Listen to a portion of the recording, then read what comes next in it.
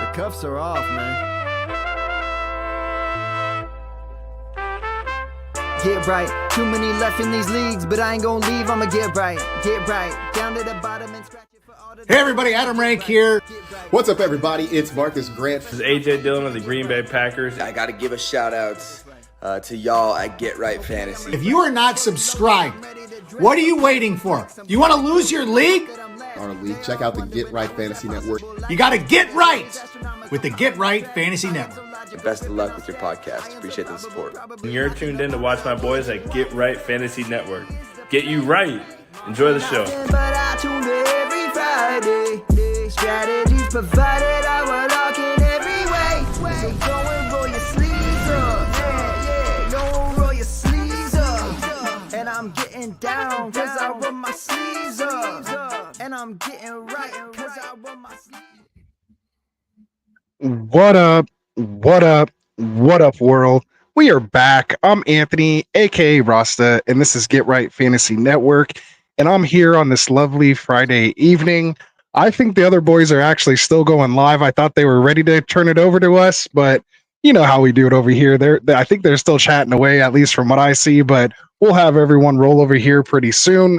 For those of you guys who don't know, I'm here with my guy, the boy Phil Ruskin from the Extra Point. How you doing, Phil, man? Happy Friday. It's your boy. What's up, dude? Happy Friday. We got a good weekend ahead. We got week 3. We got, man, I tell you what, man, I was looking at the slate this week because I was a little down last week. I looked and I was like, oh, I really want to watch Washington and the Giant. You know what I mean? Like, there's some games this week. I know we're gonna talk about some, but there are some games this week that I'm pretty stoked, man. I'm pretty fired up for some of these matchups this week. For sure.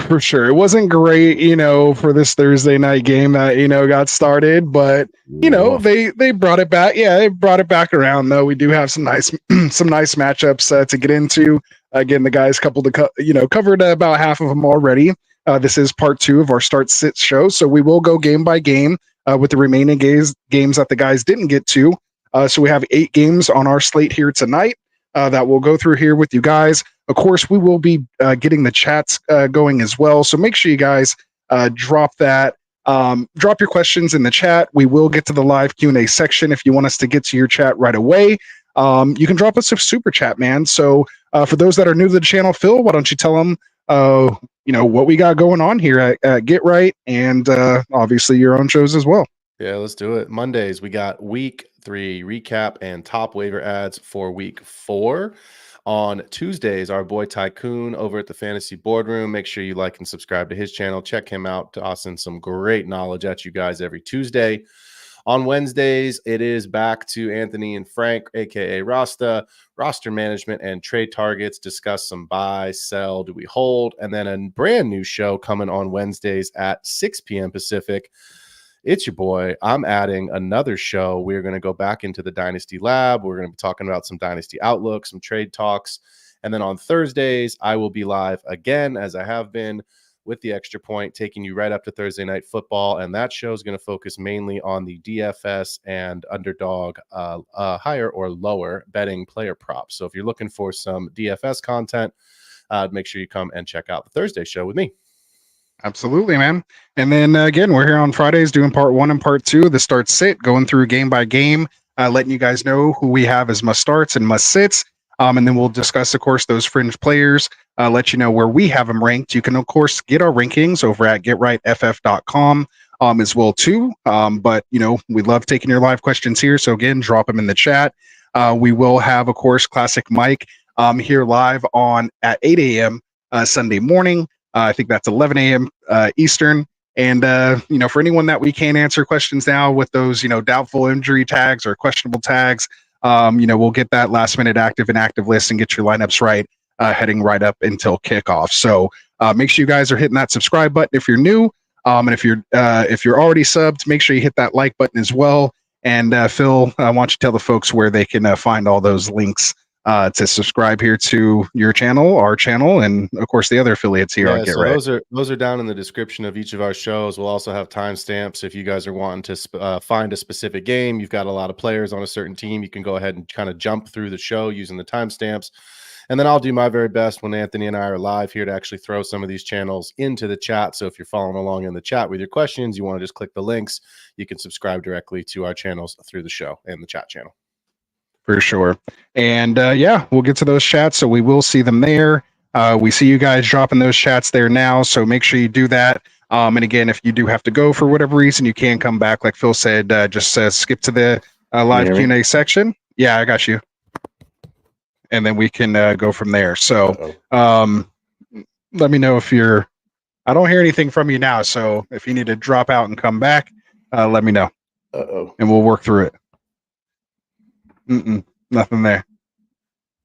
All right, we'll get that worked out. We got some folks in the house here. We got Jeezy saying, "What's up? What up, Jeezy?"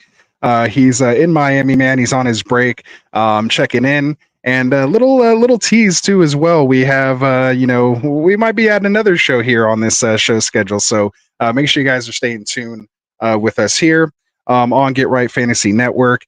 We have Dangerous Choice saying it's easy, new subscriber. Call me crazy, but I started Aaron Rodgers over CJ Stroud. So that was one of those weeks. I guess, hey, you did it. Good stuff, man. And again, we appreciate the subscribe. Nice start, man. Go with your gut. He gave you 25 points. So, CJ could come out more or less, but for the most part, it's always nice to start off the week with the 25 spot in your QB position. So, Phil, we got you back here. I think so. Can you hear me? Oh, yeah. We're good. Weird. All right, there you go. Technology is not without its flaws. Right. Hey, the funny that me, bro. I'm gonna get probably excited sometime during this show and just pull my whole cord and everything out. So, no worries. That happens here to us from time to time, but it's all good.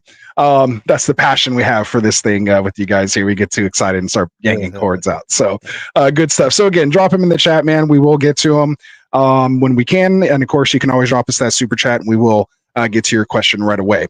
So without any further ado, man, you ready to get this show started, man? You ready to roll those sleeves up or what? Week 3. We are here. Week 3. We are here. Let's go.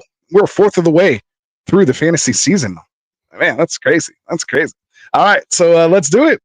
So we're going to get into, hold on. I got banners, gentlemen. Let's do it. Let me get over here. Banners. We got banners. All right, so we got Panthers at Raiders. We have the Raiders coming in favored by 6 with a 40-point over-under. Not too much going on here in this game. I only have my must-starts as Brock Bowers and Devontae Adams going up against this defense. A couple guys that I want to talk about here. Let's start with Zamir White. Going up against this Panthers, I think this is kind of a get-right game for him, for those white truthers out there. I've been off this boat, but where do you have Zamir White this week against this Panthers defense? I have him at RB 28, and the caveat of this is he's a sit for me, but it's the Panthers. So if you lost Pacheco, if you've got a bad feeling about Javonte Williams or the Broncos running back room, then I do think you kind of have to start White, and this is probably the only week that you can go to your bench and say, this is the one time I think it's going to go right for him because it's the Panthers. But if you have other options, he's still a sit for me. Look, everybody wants to talk about Sam Darnold and what it's going to mean for the receiving core and all these statistics for when he's been in there before and how much better it's going to be. I'm not buying any of that. I'm sitting every single Panther that I possibly can. I want absolutely nothing to do with it. And I just don't see a way where it goes right for them on the road. The Raiders Max Crosby's a game wrecker. Max Crosby and Christian Wilkinson are game wreckers. So I don't put him in your lineup, guys. Unless Crosby is a little questionable. We'll see what happens if he's going to play or not. But we know he's a warrior. But yeah, I mean, either way, I still have White down here as well too. I have him at 32, so I don't think 28 was real bad, but we have him kind of down in that same type of area. And it just goes to show you, though, playing against this Panthers defense, I still don't even really trust it. So we'll see. I might be wrong, but again, I'm personally not starting them either. So let's move on here. Next person I do want to talk about, of course, the big news in this game is obviously, Bryce Young getting the and it's going to be Andy Dalton at the helm. So with this change at quarterback, what are your thoughts on Deontay Johnson? Does he creep back up into a starting role, or do you want to see it first? I need a week. I was kind of what I was just alluding to, right? Like, I think a lot of people have gone through some of the stats and said, when Dalton's come into other teams, what it's meant, or when, I think for me, I just can't. I have Deontay Johnson right now at 35, and I think that's probably too high because I realized I did these rankings a little bit earlier in the week. So with some of the news that's come out, I have Demarcus Robinson ahead of him right now because of the volume that I think he's going to get in that Rams game from Stafford. So that answers your question right there. I don't think you're starting Deontay Johnson unless you absolutely have to. I have him in one of my main dynasty leagues, and he's benched this week. I'm going to roll a different route. So yeah, I have him at wide receiver 38. Interestingly enough, one spot ahead of Demarcus Robinson. So. Yeah, exactly. But yeah, I kind of have him about in that range. Just if Bosa's healthy in that Niner game, which we'll get into here in a little bit, it might be a little rough with the offensive line injuries they're dealing with for Robinson even to do anything this week personally. But we'll talk about that a little later. Let's get into another back here. On the other side of the ball, Chuba Hubbard, or I guess technically on the same side of the ball, but I was just talking about the Niners. Chuba Hubbard, where are we going with him? Is he startable? I mean, I like his passing game usage, but again, going up against the Raiders defense, where are we at with Chuba? I have him at RB 32, sandwiched in between Austin Eckler and Zeke.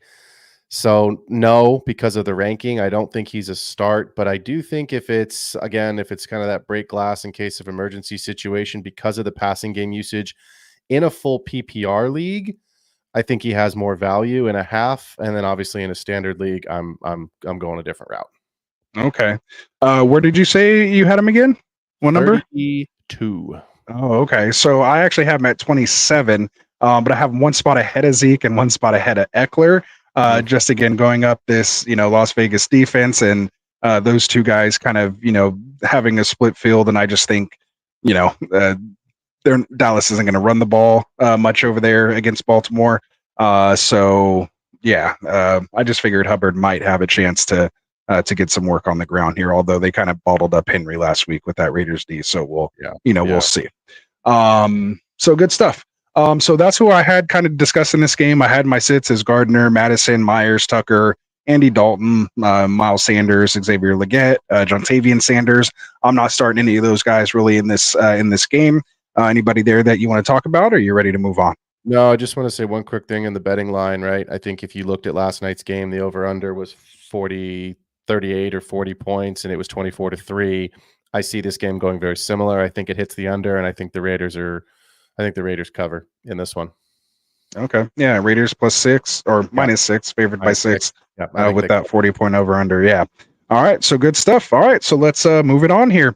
Next game on the slate is going to be Dolphins at Seahawks. I have the Seahawks coming in favored by 4.5 with a 41.5 point over under. We have, of course, Tua on IR, dealing, of course, with the concussion situation that we saw last Thursday. Looks like Mostert's probably going to be out. He's listed as doubtful, dealing with that chest injury. And then on the other side of the ball, we have Ken Walker dealing with that oblique. Looks like he's going to be doubtful. So let's kind of start there. Do you see Zach Charbonnet? I have him as a must start in this matchup against this depleted Dolphins defense. I really like him actually this week. I don't even have him as a player to discuss. I have a must start, but I wanted to get your thoughts on Charbonnet because I'm sure we'll get questions about him. I have him as a must start, and I actually am going that way in cash as well for a DFS lineup because of the volume that we expect to get. And look, Miami's defense is middle of the pack. They got to go the length of the country, and we talked about that I think last week with the Niners going all the way to the East Coast playing those early games. I know it was Minnesota, but it's still relatively early for them. I think it's really difficult to travel the length of the country and get into a totally different time zone, especially in the 12th man. So I think it's a must start for Charbonnet. I think it's a must start for Achane. I absolutely love his usage this week with no Mostert and no Tua. I think you're going to see a very similar game script to what you saw last Thursday night against Buffalo for Achane. Nice. Yeah, I have Achane actually as my RB5 since you mentioned him, and I actually have I have him as RB4. Oh, that's hilarious. And then Zach Charbonnet I actually have as my RB13. Okay. A little spicy there. Yeah, I have him at 18, but Okay. not terribly far off. Not too far off. Not yeah, too far. I also thought Ramondre would have a better night last night than he did. Yeah, I had Mondre at 15. So yeah, we're not going to talk about that. No, All right, so let's get into the guys that we actually wanted to talk about. I think this is a big question. We saw someone, talking in our Get Right sleeper thread as well, which go down in the description if you guys want to post your, questions there. We have a trade chat as well too. But I've been hearing a lot of stuff. What's going to happen here with Jalen Waddle with the move to Skylar Thompson. What are your thoughts on Waddle this week? Do you have him as a starter or sit? I have him as a sit, but I also have now lost him in my rankings. There he is. He's at 28 in my rankings. I had to find him there. I have Rashid Shaheed ahead of Jalen Waddle. One spot. And the reason I bring that up quite simply is I just don't believe in Skylar Thompson. I think you're going to see a lot of Achane. I think you're going to see some designed and manufactured touches for Tyreek Hill. I don't think the Seahawks are great. No KW3. They're kind of okay as a team. So I know they're going the length of the country. I do think with the skill positions, Miami can win this game. But if I'm betting on two players in the Dolphins offense, I'm putting my money on Achane and Tyreek Hill. And if I'm wrong on Waddle, it's his week, then that's fine. I'm okay being wrong. But without Tua, without the ability to really push the ball down the field, I just don't see a world where he's going to really have a high ceiling this week. So sadly, I think you can flex him, but if you're in a 3 wide receiver league, I don't think you're starting him in one of those 3 spots. Interesting. I have him. It's funny you mentioned Shaheed because I have them back to back, but I do have him as 25 and 26 with Waddle 1 spot still ahead. Yeah. I still think, he can get that target volume being that second. I mean, there's just nobody else. It's him and Hill, right? So I think target volume is going to be there. The defense is going to make it more pass happy script. At least Skylar's, he came in at, he didn't think he was going to play that Thursday, right? He probably was out drinking Wednesday night, what I mean? Sure, so I don't think, I don't even think, it was an issue, a mini bye week coming up. He probably had no thoughts he was going to get in the game. But so I think, with the, McDaniels, he'll design some stuff open again. He comes from that Niner offense, understanding how to just design guys open. And if he is a competent, NFL quarterback, last time he was in there where everyone was kind of comparing the numbers when Tua was last out, he was a rookie. So hopefully here over the last couple of years, he's been able to develop more, get some more reps and things under there. It's been pretty much the same offense and same skill positions there. And I mean, when you got guys like Waddle and Hill that can just basically get open and fast as all get out, I still think he's going to, walk away still with low end wide receiver 2 numbers versus being like a high end wide receiver 2. So that's my justification for 25 and my little take there on Waddle. So let's talk about Geno Smith. Been playing pretty well here. Like this new offense that they're running, kind of opening it up a little more, like the, DK, like seeing some motion going on there. JSN finally popped last week. Tyler Lockett took a little bit of a backseat. But what do you think? Let's just kind of group all these guys together. Geno Smith, JSN, and Tyler Lockett. How you kind of feeling about that trio? Because, of course, we're DKs in your lineups. Yeah, I mean, I think it's super flex. You can start Geno. I have him at QB 16, so in single quarterback, I'm not going there. I think there's better plays this week. But in super flex, I think he's in your lineup at home. Again, we mentioned Miami's defense isn't great. He had a decent week last week, so I'm fine with that. I lost Jordan Love in a super flex, so I'm starting Geno as my QB3, as my QB2, but he's my QB3 on the roster, and I feel okay with that. If I get 15 to 18 points, I'm perfectly happy with that. So I'll be okay there. JSN, I think you can start. I loved what I saw last week. I think for me, it was a good week for him. I'm trying to find where I have him in my rankings. I have him at wide receiver 31. So if you're in a three wide receiver set, I think you can put him in there. If you're looking for a flex option, again, Miami's not great at home. No Kenneth Walker. I think you can consider him in a flex and a 2 wide receiver. So it's a little thinner. I think there's some better plays, but I'm okay with him this week. And I know you and I usually think pretty closely along the same lines. Where do you have him in your rankings? Yeah, so JSN I have at 28. Lockett I have way down at 46. Yeah. And Gino I actually am a little more bullish on. I think he can have a good game against this Miami defense. And I think it's, I actually have him as like my QB 14, I think. So I'm feeling, or 13. Yeah. So I have him just actually ahead of Dak Prescott, Sam Darnold. I have Deshaun, Kirk Cousins, Purdy, Lawrence after him. So I felt just again with his weapons, like in that, spot, I feel, pretty comfortable, with Gino and how this offense is taking off. So, so good stuff there. Let's see. So obviously we're starting A-Chain, we're starting Tyreek Hill, DK Metcalf. We mentioned them. I have Skylar Thompson though as a sit. Obviously, if you're in a tough situation in a super flex league, you might just be stuck kind of having to throw him in there. But Jonnu, Noah Fant, the tight ends, I'm sitting in this game. Anything else? Any other comments you have? Any props or anything on this one? Are you ready to move on?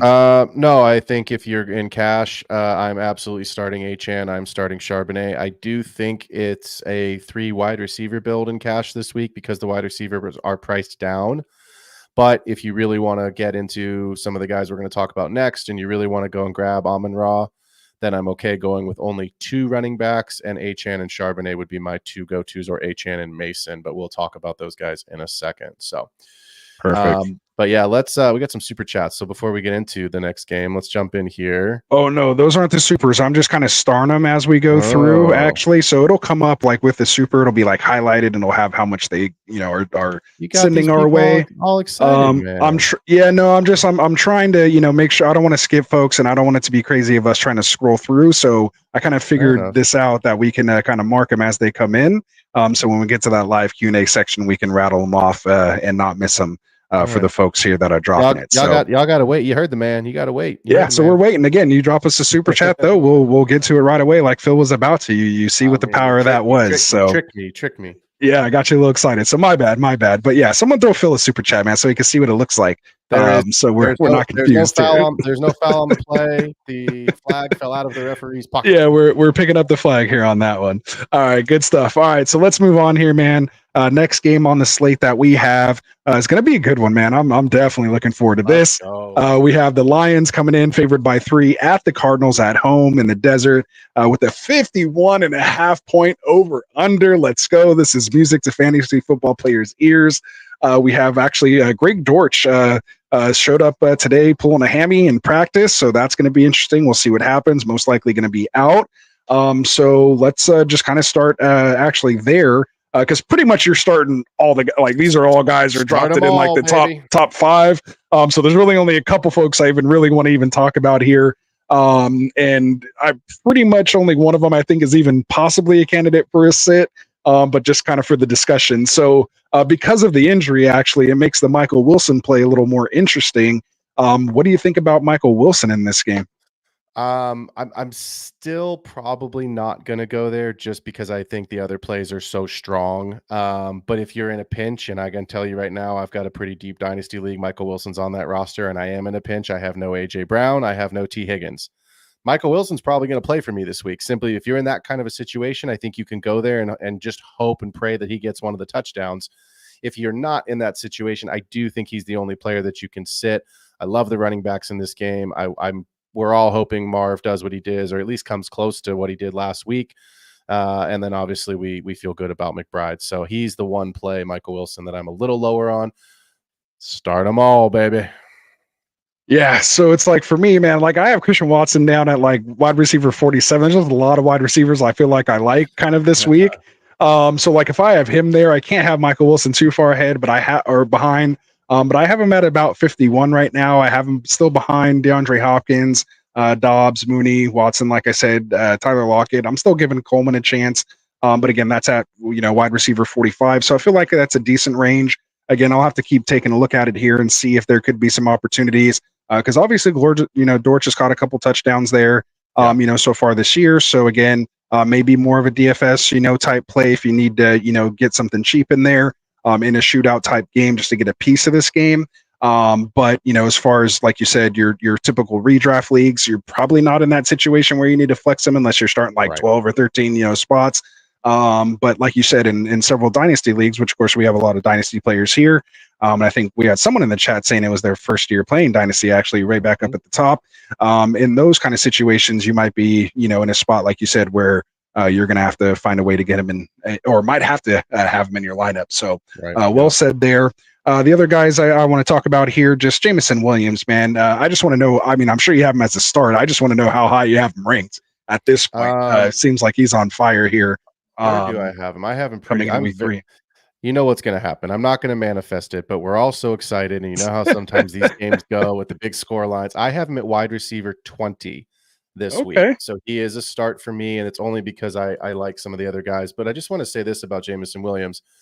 85% of the snaps in week 1, 92% of the snaps in week 2, 9 targets in week 1, 11 targets in week 2. And Amon-Ra was invisible week 1. And Amon-Ra had a much better game in week 2. So the problem with the Lions, obviously you're starting them all. I'm starting Jameson Williams. The problem is there's only so many, someone's going to fail, right? They can't all, unless we get a 60, point game here and they all get 1 touchdown apiece, someone is going to fail. 5 for 79 last week. So it's still a good stat line for Jameson Williams. So if he is the one that fails and doesn't catch the touchdown, if it does go to Gibbs, Monty, and Amon-Ra, I think you can still start him. Laporta. Or Laporta. I've kind of forgotten. Hopefully Laporta right now. Hopefully, Laporta needs to. He's sort of needs doing, one. He's doing the David Blaine right now. He's not existent. But I think, so I'll take kind of double this up with Jameson and insert Lion here. I think there'll be enough yardage in this game. I think there'll be enough volume that even without a touchdown, the guy should still give you a usable week, whoever you have. Obviously, get the touchdown, you're going to get a ceiling performance. Good stuff. Good stuff there. I am actually even a little more bullish than that at wide receiver 20. I have him as my wide receiver 15, man. In this game with the shootout, with his potential, he can easily go for $130 and 2 touchdowns. Like that ceiling is there in this offense. So I mean, I'm finding a way to get him in my lineup right now. So I have ahead of guys like Zay Flowers, Chris Olave, Mike Evans, who I'm kind of down with this week. Malik Neighbors, don't kill me on that. We'll probably get into that a little later. Drake London, Tingdale, Mari Cooper. I mean, I'm just, give me Jameson Williams over those guys right now for 1 week. So yeah. And then the other question is just Jared Goff. In 1 QB leagues, is he a starter right now? Getting off to a slow start. Is this a get right game for him? I'm the most bullish on him of all the Lions. I have him at QB 9. I think he's a starter in single quarterback this week. I do think it's a get right spot for him. It's a dome game. We know what he does in the dome. We've talked about it all year. It's 13 or 14 of the 17.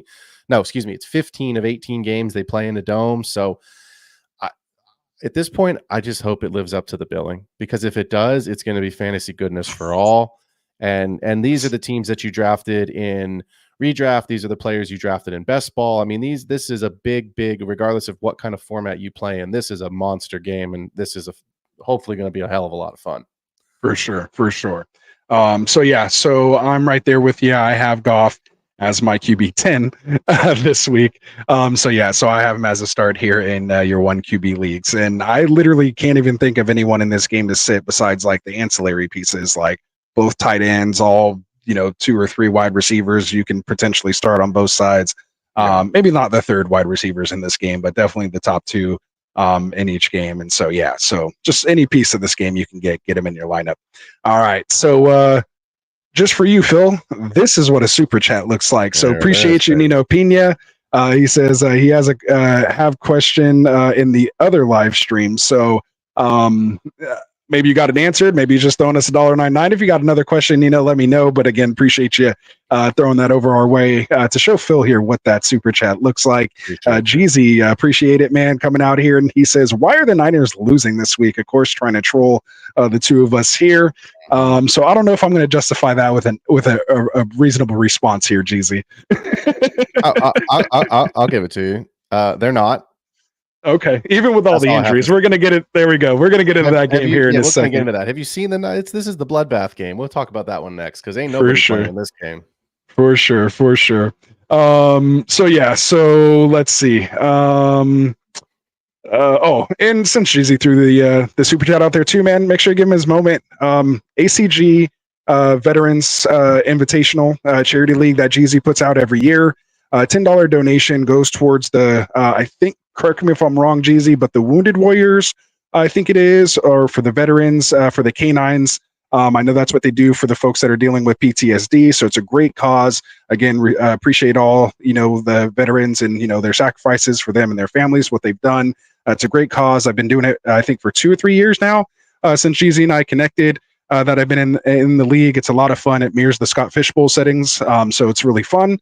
Changes every year. So again, we have some more announcements on this too, but hopefully we'll get a lot more folks here from the Get Right,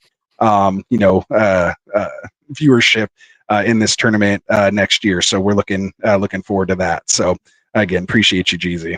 All right. So here was Nino's question. He answered, or he asked it in the other chat, but we'll give him our response here. So he says, I got offered Gibbs, Ken Walker with Sharp, and DK Metcalf for Jamar Chase, Monty, and B-Rob. So which side of that are you taking? Gibbs with the Seattle backfield locked up and Metcalf, or do you want the Chase, Monty, and B-Rob side? Chase, Monty, B-Rob. It's just too many Seahawks for me. How do you play them? What happens? You basically they can't all score on the same play. You can't play Walker and Sharps together. So give me the Chase, Monty, B-Rob side. Exactly. I'm right there with you. Jesus says it's canines for Warriors. Okay, there we go. So yeah, I really appreciate that, man. Good stuff. And Willie Do, yeah. So we got your question, man. I see you dropped it here a couple times. Like we mentioned, we are going to get to your question here at the end of the show during our live Q&A section. If you want to drop a super chat, that was the reason why we got to these guys' questions here. But we do have it starred, and Willie, we will be getting to your question. If you do have to go, just rewatch it on the recording. You'll be able to go into the chapters and hit that live Q&A chapter, and it'll probably be one of the top ones. You were one of the first ones to comment, so we'll get to that here shortly. So let's move on, man. We'll get into the next game here, which is should be another good one, man. This one should be exciting. We got a lot of good games here to cover. Ravens at Cowboys, man. Ravens coming in 0-2 with the Cowboys 1-1. We have Baltimore favored by 1 in the Cowboys' house, even though they're 0-2. We have a 47.5 point over under. So expecting still some scoring here with these offenses, but also, pretty good defenses as well, too. Players that I want to talk about here.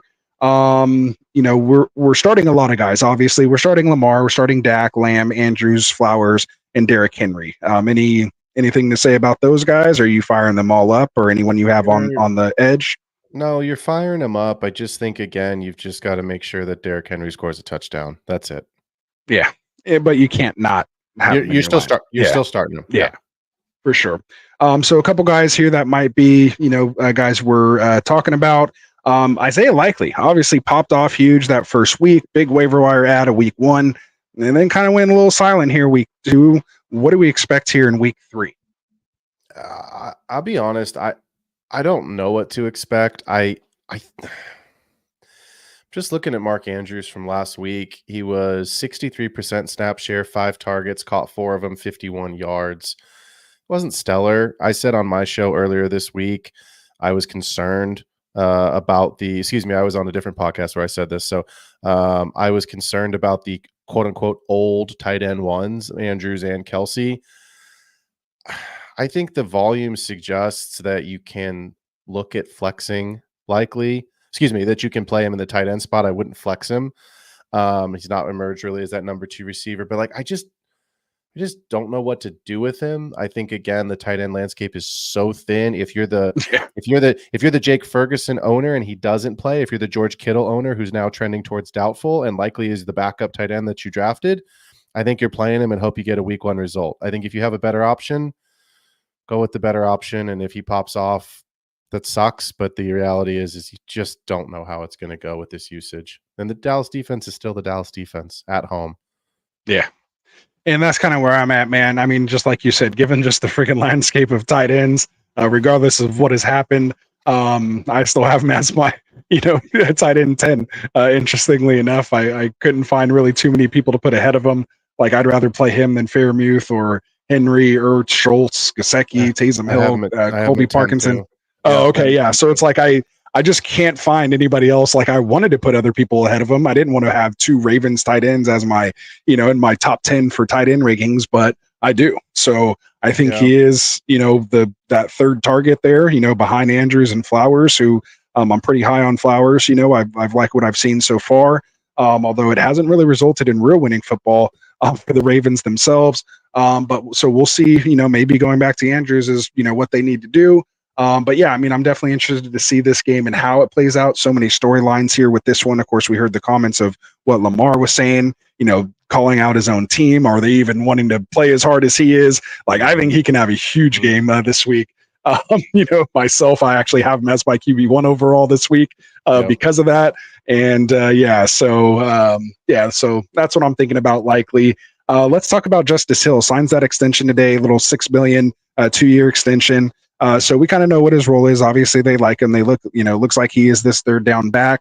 But I have him on here because he could be an interesting play. If a lot of points start scoring and this game script flips a little bit, and it goes up tempo. We're going to see kind of what we saw against the Chiefs week 1 with his usage, and is that flexible if we do see that? I think if Ferguson sits, Justice Hill becomes more interesting from a pass catching perspective because I still don't rate Brandon Cooks. But excuse me, my brain just went completely backwards. That's the wrong team. Sorry. I'm looking at who we're going to talk about next. Yeah, that's next. My brain was like, that's not the right team, buddy. I have him at running back. Let me try that again as well. Boy, what a day. Yeah, it's okay. It's Friday. It's Friday, baby. Here we go. Running back 46. So no, I don't have him as a usage play, but I do think in PPR formats, again, if you've lost Pacheco, if you've lost some other guys, then you might have to go there. What I will say is the extension for 2 years and the money does make him a little bit more interesting in dynasty formats. So he's probably not on your waiver wire. I wouldn't trade for him, but just go check your waiver wires. You never know who's out there. It is possible that he's sitting in one of your leagues on the waiver wire, and go pick him up because, again, like you said, that first week against the Chiefs, we liked the usage. It was almost all volume from a passing perspective. I think the question you have to ask yourself is, do you believe the Cowboys are going to get out to a lead?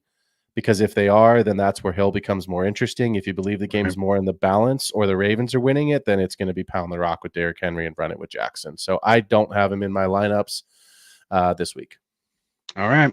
Yeah, and I'm kind of right there with you. I have him just on that borderline of that flex spot. I have him as my running back 37, right behind Javonte Williams. And you know how I kind of feel about him, but just given his status, quote unquote, in that offense, I felt like I needed to put him ahead of Justice Hill, just with the volume and playing time. But I have him ahead of guys like Rico Dowdle, Bucky Irving, Gus Edwards, even Carson Steele, who I'm not quite sold on, and then Chase Brown and McLaughlin, Devontae Foreman, Braylon Allen, who I kind of had down there, but he had a nice week.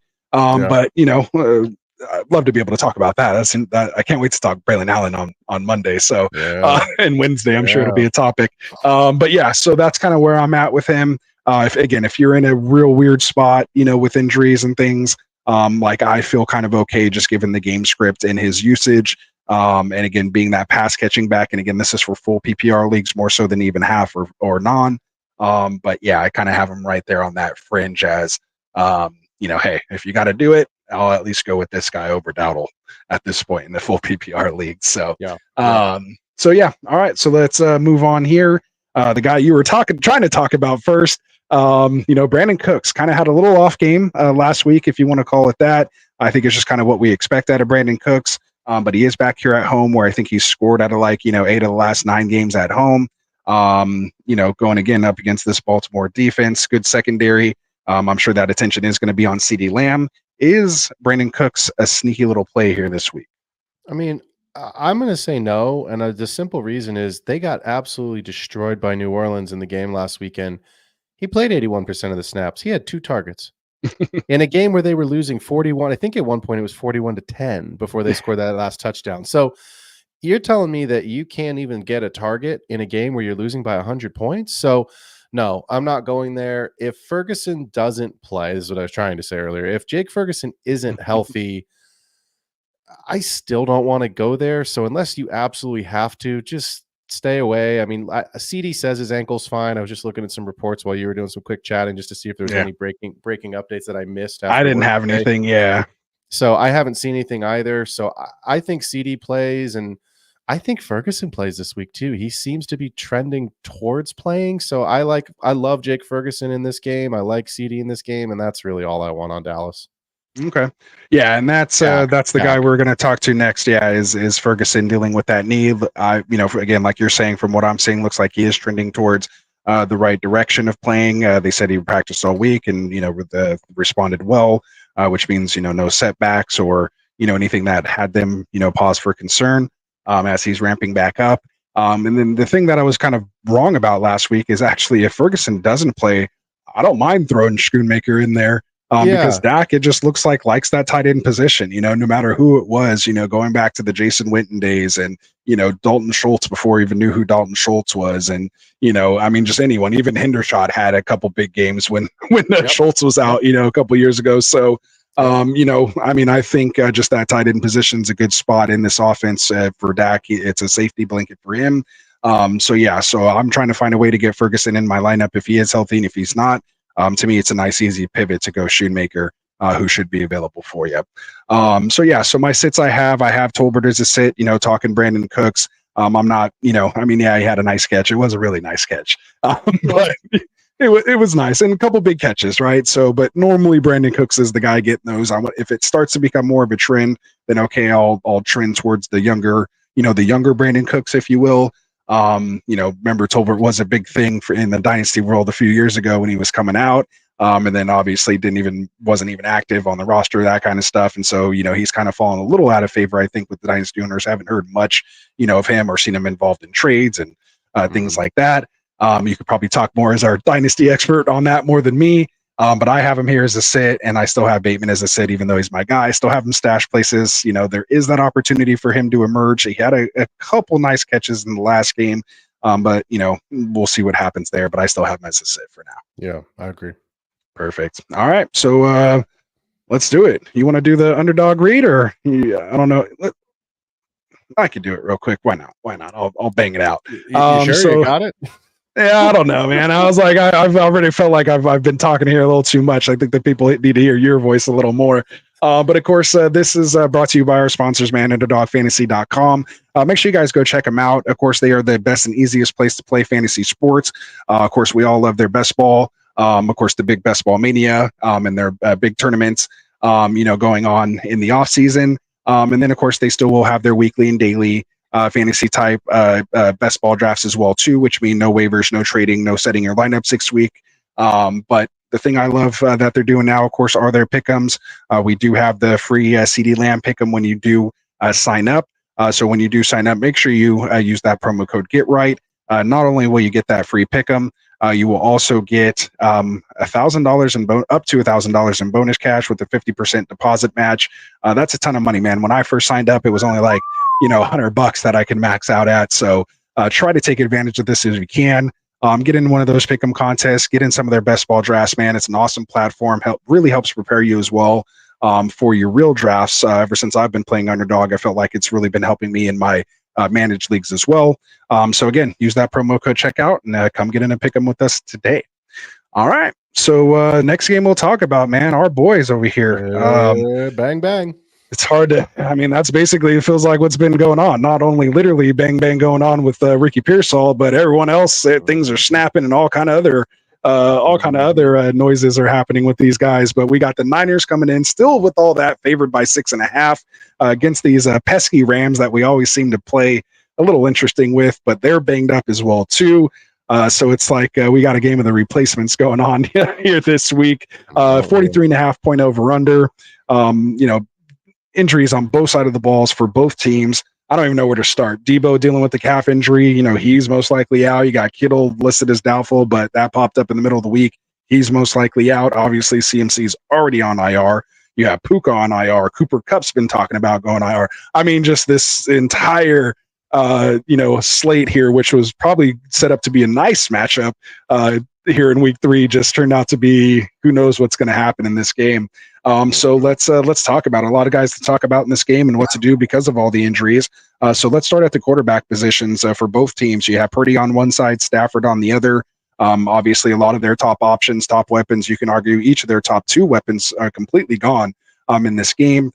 So where do you kind of have these quarterbacks ranked? And, are you starting them here in 1 QB leagues? So I struggled with this because 1, I try to take the bias out as a Niners fan, but 2, from a analyst perspective, I have Brock Purdy at QB 11. I have him at QB 11 because we haven't seen the rookies throw a touchdown pass yet. So I have him ahead of the rookies, but behind just about everyone else that you'd want to start, right? And excuse me, I have Brock Purdy at QB 12. I apologize for that. Just behind Dak. So to me, it's interesting that people are so low on him because the offensive line's fine, right? I think you've got a really, really bad team in the Rams. They have no offensive line themselves. They've got a bad defense. It's basically a home game for the Niners because we take over SoFi whenever we travel real well anyway. You're going to see more red than blue and yellow. If I have another option in a single quarterback league, I'd rather go there just because I'm put it this way. Debo's in my bench. He's on my bench right now, and so is Kittle. I'm just planning on both of them being out. So I think it's a smash spot for Brandon Ayuk this week. I think it's a great Jordan Mason and a great Brandon Ayuk this week. But in super flex, I would still play Purdy. You just have to temper your expectations. In single quarterback, like I said, he's right on that cusp for me at QB 12. So I think you can play him, but only because I think the Rams are poor. And if you have a better option, which you probably don't, go there. But if you're the single quarterback, because that's the guy you've drafted, yeah, you just play him. And that's probably where he finishes. He probably gets that kind of high-end QB2, maybe gets the passing touchdowns, and gets that back-end QB1 finishes for you this week. Yeah, man, I'm not quite there with you on this one. I actually have Brock here, my boy down here at QB 18. I have Stafford kind of right behind him here at QB 20. And the reason being is, like you said, man, there's just no one there. If Debo and Kittle are both out, it leaves Ayuk. He's not going to go for 300 yards and 3 touchdowns. I think what you said about Mason having a big day, Shanahan might just, if we do get close to that, end zone, I mean, I think he goes for at least a touchdown and probably like 250 yards. But I don't think he can get multiple passing touchdowns in this game. I think, Mason has a higher chance of getting 2 touchdowns in this game. Again, he hasn't really been firing on all cylinders. Purdy has. I kind of haven't liked too much of what I've seen from him.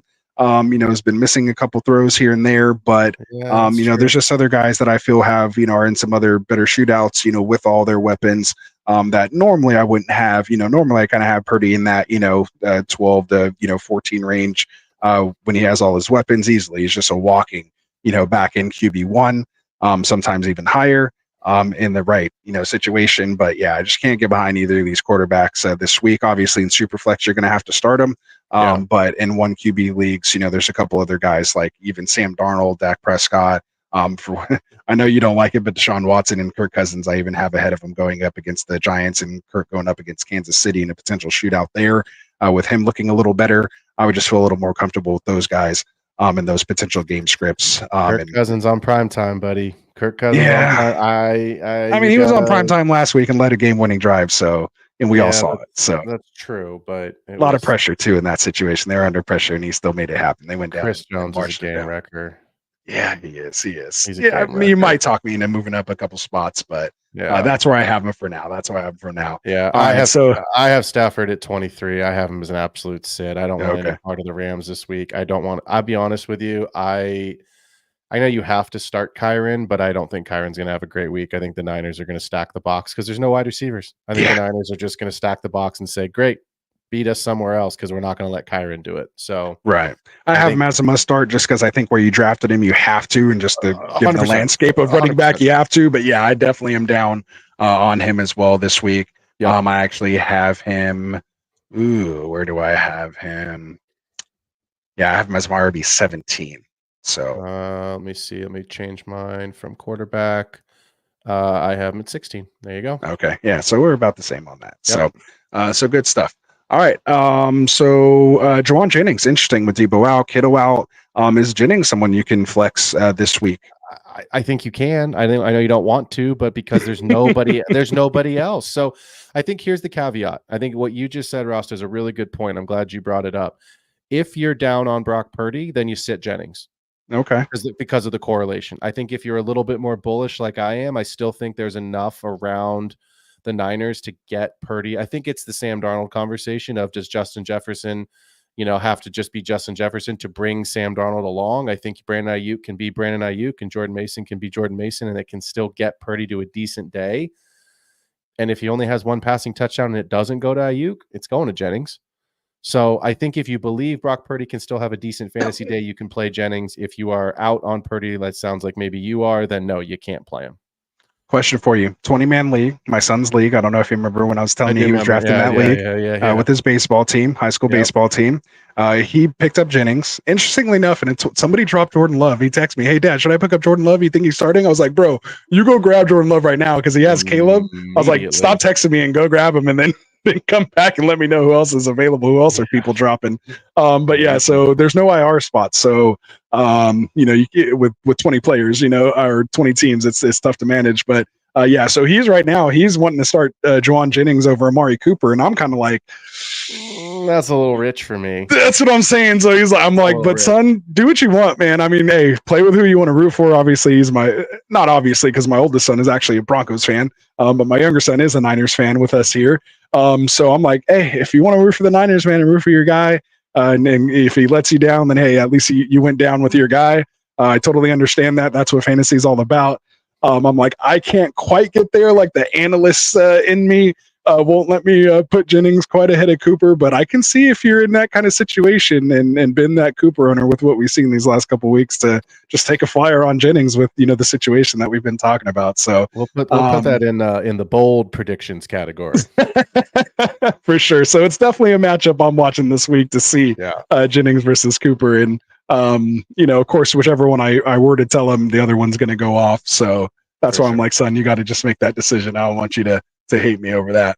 All right. So Demarcus Robinson, Ty Johnson, Kobe Parkinson, any of these Rams pass catchers, are you is anyone there we're starting, or are you kind of staying away? I do think Demarcus Robinson's an interesting flex if you really need somebody. The caveat is that there is 3 missing offensive linemen, so I'd rather not go there. I'm in a ton of leagues, as you know, but I have one league where I have to start Demarcus Robinson because I'm thin at wide receiver, so I don't have a choice. I don't expect it to go well.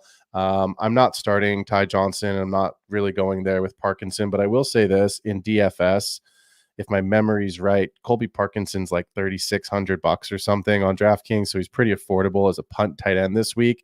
He only really needs to get you like 30 yards to pay that off. I do think he can get there, and with the offensive line being as banged up as it is, I expect Sean McVay to let Stafford get the ball out quick. I expect him to kind of just 2-3 step drop, maybe some screen passes, and just kind of get the ball out of his hands as fast as possible with those backup offensive linemen in. So Colby Parkinson's interesting in DFS, but not in a managed league. Very cool. Very cool. All right. Let's see. And Jesse, we see in the chat, man, we have your questions here starred. Anybody else, of course, you're hanging around to get to the live Q&A section at the end of this show. If you do want us to get your question right away, you can drop us the super chat. But other than that, is there anyone else here in this game where we're chatting about? Are you ready to move on to the next one here? Let's do it. Let's do it, man. All right. Falcons. Chiefs coming in as 3-point favorites over the Falcons with a 46.5 point over under in this one. Obviously, Pacheco dealing with that fractured fibula. He's on IR, expected to be out 6 to 8 weeks. You had the big waiver wire guys here this week being picked up, Carson Steele and P. Ryan, Kareem Hunt, who got signed a few days after. Obviously, Hunt didn't get activated for this game, so you don't have to at least worry about that situation, but that could come down the line. But let's start there in this Kansas City backfield with P. Ryan and Carson Steele. Give me your thoughts kind of on these guys if you have missed sits and where you have them ranked. Can you put me on the main screen for this? Because I need this to be on record. Go right ahead. I got you. Start Xavier Worthy. You can take me off the main. You can take me off the main screen now. All right. I have been in a dynasty format. Y'all have seen our content, listened to our content. I've been pretty bearish on Xavier Worthy's outlook in a dynasty perspective. It's 2 weeks. We saw one spike week of massive ceiling, and then we saw poo-poo last week. With Pacheco going to IR, look, I'm gonna come back to Worthy in just 1 second. I think P. Ryan and Steele are going to be involved. I need to see who it's going to be. I think Steele seems to be the hotter of the two waiver wire ads, but P. Ryan's a good pass catcher. So I do think they're both going to get worked in. I wouldn't start either of them until we really see it. If you have to, because you're the Pacheco owner and you picked up Carson Steele, sure, put him in there and hope that he falls in the end zone.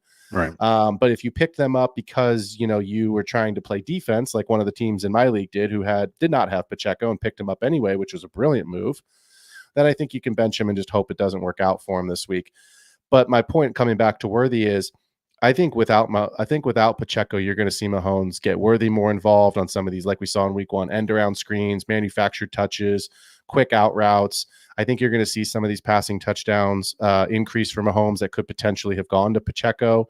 I think you'll see Travis Kelce have a better week this week. So I do think the passing volume ramps up for Mahomes and the pass catchers. I would prefer not to put Steele or P. Ryan in my lineup unless I have to. But yeah, get Xavier Worthy on the field this week. For sure. So we'll leave that there. No need to talk about him anymore. Get him in your lineups.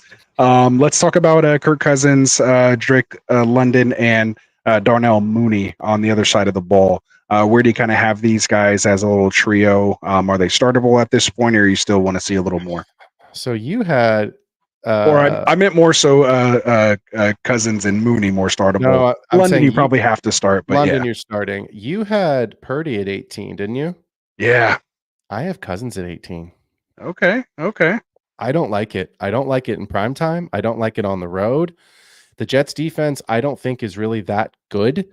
I think they just played the Patriots last night. They have not been great. They've been actually comparable to what we thought they would be. They haven't been stellar. So, and I know they played the Eagles last week, but it was just, to me, it was like Kirk Cousins. I don't want to go there. I don't like it. I think Chris Jones is a game wrecker. I think the Chiefs win this game and they win it big. Yeah, pressure in Kirk Cousins' face, man, is not a good thing. It's hard. The offensive line's not great. Like Bijan's involvement has been fantastic, but he hasn't gotten in the end zone yet. Right. And I think this is a week where Bijan could score, which takes unless it's a passing touchdown. But I do think this is a rushing touchdown week for Bijan. 0 touchdowns on the season. So it's just, again, I think I'm not going to say it was a fluke because it was an incredible drive and Drake London made one hell of a catch and it was a great throw. But I think the Eagles kind of fell apart. You know what I mean? Like, I think they kind of lost the game more so than the Falcons won it. Barkley dropped the ball. I mean, we wouldn't even seen that drive. It was in the bag. It was wide open. Having this conversation. Yeah. So, I'm lower on Cousins this week. I like Kansas City at home. It's primetime Captain Kirk, and I can see a lot of ways that it fails. I can see more ways that it fails than the ways that it goes right. So there you go. I'm personally lower on Cousins this week. Okay. I have Kirk and Purdy back to back. Like I mentioned, Kirk at 17, Purdy at 18. Just again, a lot of question marks there. I do have London, at wide receiver 20, but I do have Neighbors, even Evans, who I think is not in a great matchup going up against Pat Surtain ahead of him. I want to see more. I have like Tank Dell, Amari Cooper, George Pickens, right behind him, even though I think George Pickens might have a big week this week. He's just waiting to bust out, but we'll get into that. I don't even think we have that game, but that's a nice little play there as well. So that's where I'm at with those guys. Mooney's I still have as a sit as well too. Let's just see kind of what happens there. But I still think, this offense should be running through Bijan, Pitts, and London. That's where they've invested, and that's where they should be doing it. So we, of course, we're starting Mahomes, we're starting Rice, we're starting Kelce, Bijan, Pitts, like we talked about. And then, Watson, Juju, McLeod, Algier. I mean, I have those guys as sits. Yep. Agree. Right. All right, cool. So we got another super chat here, man. Before we get into the next breakdown here, we have our guy, Cooler Hand. He says in PPR, he has Hurts, Ramondre, Sharps, Akers, Steele, Braylon, Pacheco, Zay, CD, Jameson, London, DeMarcus, Higgins, and Laporta. Who should I trade for a better RB room? Ramondre, Sharps, Akers, Steele, Braylon, and Pacheco. I mean, your most valuable asset is Ramondre, so I think that's how you're going to upgrade. I question what you're going to have to package something because there's no way you're going to get a 1-for-1 there. I'm not giving up on Ramondre after this bad week. I think he's actually a nice little buy low. He might be on the thumbnail for next Wednesday's show. But I'm looking at T. Higgins is kind of what's popping out at me. T. Higgins may be coming back here this week. With the notion of him running back before he actually comes back, maybe a deal you can get done like tomorrow. Is there a running back maybe you think is on that like Higgins value that can be an upgrade over these other guys? It's possible. I think you could potentially go and see if you could grab. You could go and see if you could grab Mixon. I think that would be an interesting trade in a 1-for-1. I actually go now that I look at this, I'm not out on Ramondre. I was just thinking if he was asked. I read the question is could I trade a running back for a better running back room? I guess I should have read it as can I trade somebody, which is the way Right. I would see if Drake London has a game again this week, and I would trade him. Because you've got CD, you've got Zay Flowers. We love what Jamison Williams is doing so far. Yeah. I'm still high on Higgins. I know you've been very high. You and I both have been very high on Burrow and Chase. Yeah. We haven't seen it yet, but I do think once that starts to come together, Joe Burrow's always been a slow starter. He just has. So I think you're going to have better second quarter of the season. So if London has another decent game or scores another touchdown, I think you could sell high and go and try to grab a high value running back on the off, getting London off the roster with someone that's really trying to go and grab a higher value. He's still a first round pick. He was at that 1-2 turn, in all of your leagues. So you're still thinking of him that way. But that's where I would go. And if I do that, assuming London has a good game, can you get like a Josh Jacobs? Well, it's funny you said that. That was the exact name I was thinking. I mean, we think alike. I was thinking, could I get a Jacobs? Could I get a Cook? If Cook comes back down to reality this week, and I do think he does, 3 touchdowns would be wonderful, but I doubt that happens again. Could you go get someone in that, because that's where I think, James Cook, Josh Jacobs, who else is in that range? Those are probably the names. Actually. Brian Robinson, maybe someone's worrying about Travis Etienne. Could you do that? They were kind of drafted around the same. I'd rather have London over B-Rob. Okay. Etienne David Montgomery. Monty was the other name I was going to say. Monty would be the other name because obviously James Conner, maybe? I'd rather have London than Connor, I think. Okay. I think. Maybe even Derrick Henry, Kyron Williams. I'd rather have London. Okay. Yeah. So it's going to be a little tough. But yeah, the biggest thing is send some offers out there and, keep us posted, man. We have a trade show on Wednesdays is when we talk about those trades. So if you don't get anything done here this weekend, definitely come back with us on Wednesday. I want to hear if you did get a trade done as well, too. So let us know, man. Really appreciate it. Thanks for the super chat, of course. And, we'll hopefully we answer that to your satisfaction. If you have a follow-up, just let me know. You don't have to drop another super. But yeah, we'll definitely follow up with you, especially for $5 super chat, man. We appreciate that. All right, so let's get on to this next game here on the slate. And then, of course, anyone else, just keep dropping your questions in the chat. We will get to them in our live Q&A section. But just like you saw, if you do drop us a super chat, we will stop and get to it right away. So here we go. Next game on the slate is going to be the Jaguars at the Bills, coming in favored by 5. You have 45.5 point over-under here in this game. Struggling Jags and this new look Bills offense. We're starting the regulars, in this game here. Josh Allen, of course, he's in there coming off a 11-point fantasy game. Wasn't great, but you're getting him in your lineups. James Cook coming off the monster game. He's going to be there. I still have ETN as a must start just with his usage and passing, upside there. But a lot of guys I have here kind of, that I want to talk about. So, we've been kind of talking about, these quarterbacks. Trevor Lawrence hasn't looked great so far. I know you've had some choice things to say in our group chats. So I'd like to know, where do you have him ranked this week? I have him at quarterback 17, and I actually now, because I had Cousins at 18, I might put Cousins just a slight spot ahead of him. But I've been, for those that don't know, and obviously you're not privy to the group chat, I've been very down. I've been very down on Trevor Lawrence since preseason. I've said that this is not going to go well for him. I thought the Jaguars were trending down after trading Calvin Ridley away and bringing in Gabe Davis. I thought that was a tremendous downgrade. I have him as a sit. I don't on the road. He's not. No, I can't go there. I don't want to go there. And I'll be honest, in Superflex, I think you have to go there. But if you're one of those teams that's got 3 really good quarterbacks, if you drafted Patrick Mahomes and then punted and, somehow got Baker late and Trevor Lawrence, I'd absolutely play Baker over him. I have him well ahead of him in the rankings this week. Oh yeah. Yeah. I was just trying to think of names. Shake and Bake's at 11, but yeah. I think I have him at 9. So I have to go back. I'll test you right here. So you're playing Trevor or Caleb Williams? I don't want to answer that question. Hit it right on the spot. I am the choice of two evils. I'm playing Trevor. At least one of them's throwing a touchdown pass. Okay, there we go. What about Trevor or Matt Stafford? Trevor, because at least he has an offensive line. And then I know you have Brock ahead of him. You said you had Cousins ahead of him. Sam Darnold? Yes, I'd play Darnold over Lawrence. Okay, I have him added as well too. Yep. And then Herbert I have behind him.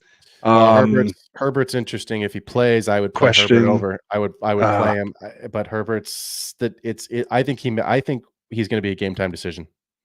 Okay, that's how I read into that situation right now with the news that's come out about Herbert this week. It screams game time decision. Right, and with Trevor playing on Monday, if Herbert is active, you're playing Herbert over Lawrence before that Monday night game? Yes. Even hobbled? Yes. All right. Hey, there it is. Good stuff. All right. So enough on T-Law. Let's get to his pass catchers. Christian Kirk, who has usually been his favorite target. No targets basically going on over there. Maybe they need to get that fixed.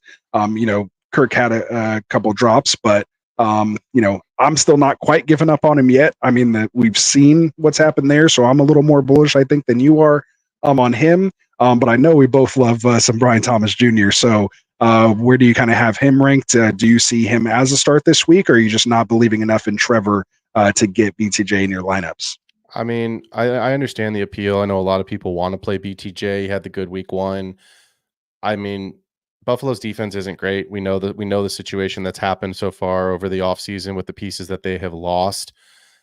I'm just out this week. It's a Monday night game. You all know how Monday night games go. You're hoping and praying, I need 6 points, I need 7 points. And look, Christian Kirk got 7 targets. He's caught 2 of them. He has scored a total of 3.9 in a half PPR format.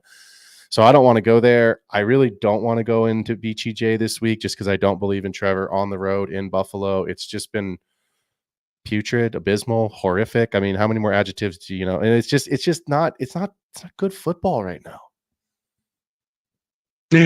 Yeah, it is a little tough over there. There's a couple spots where I'm finding him, to be a flex play for me. But I have him down kind of in that, wide receiver 30-ish range. I think off the top of my head, but I know there's just a couple spots where I'm like, I'll just go with the potential upside here, going up against the Bills. If they put up points, maybe it'll be a negative game script, and someone has to catch the ball, right? And why not the big play guy if maybe the Bills lax a little bit and let him get a big one. So, or if they do happen to get close, he is that kind of big red zone target as well, especially without Ingram, which it looks like most likely he's out. He's listed as questionable with that hamstring still. That he got in pregame warmups last week. So, so that's kind of where I'm at. I want to read you my rankings really quickly. You ready? All right. BTJ, wide receiver 34. Christian Kirk, wide receiver 35. Khalil Shakir, wide receiver 36. Oh, that's hilarious. This game, right? All the guys in this game are just kind of like, I had such a hard time this week in my rankings. Like, how do I separate these guys? And the truth is I have them as wide receiver. Yeah, I have them as wide receiver 3s, but like the bare end of wide receiver 3, which is basically how I do my rankings, is saying like, I can see way more ways that this fails for them than the ways it goes. It only goes right in case of a touchdown. That's how it goes right. Is someone's got to either get incredible volume, which they're not going to get, or they've got to score. Right. See, again, I'm a little more bullish. Again, maybe it's just because of my personal shares of BTJ. I have him as 31 actually, so a little even more bullish than what I thought in my head. But I have Shakir at 36, Christian Kirk at 37 right behind.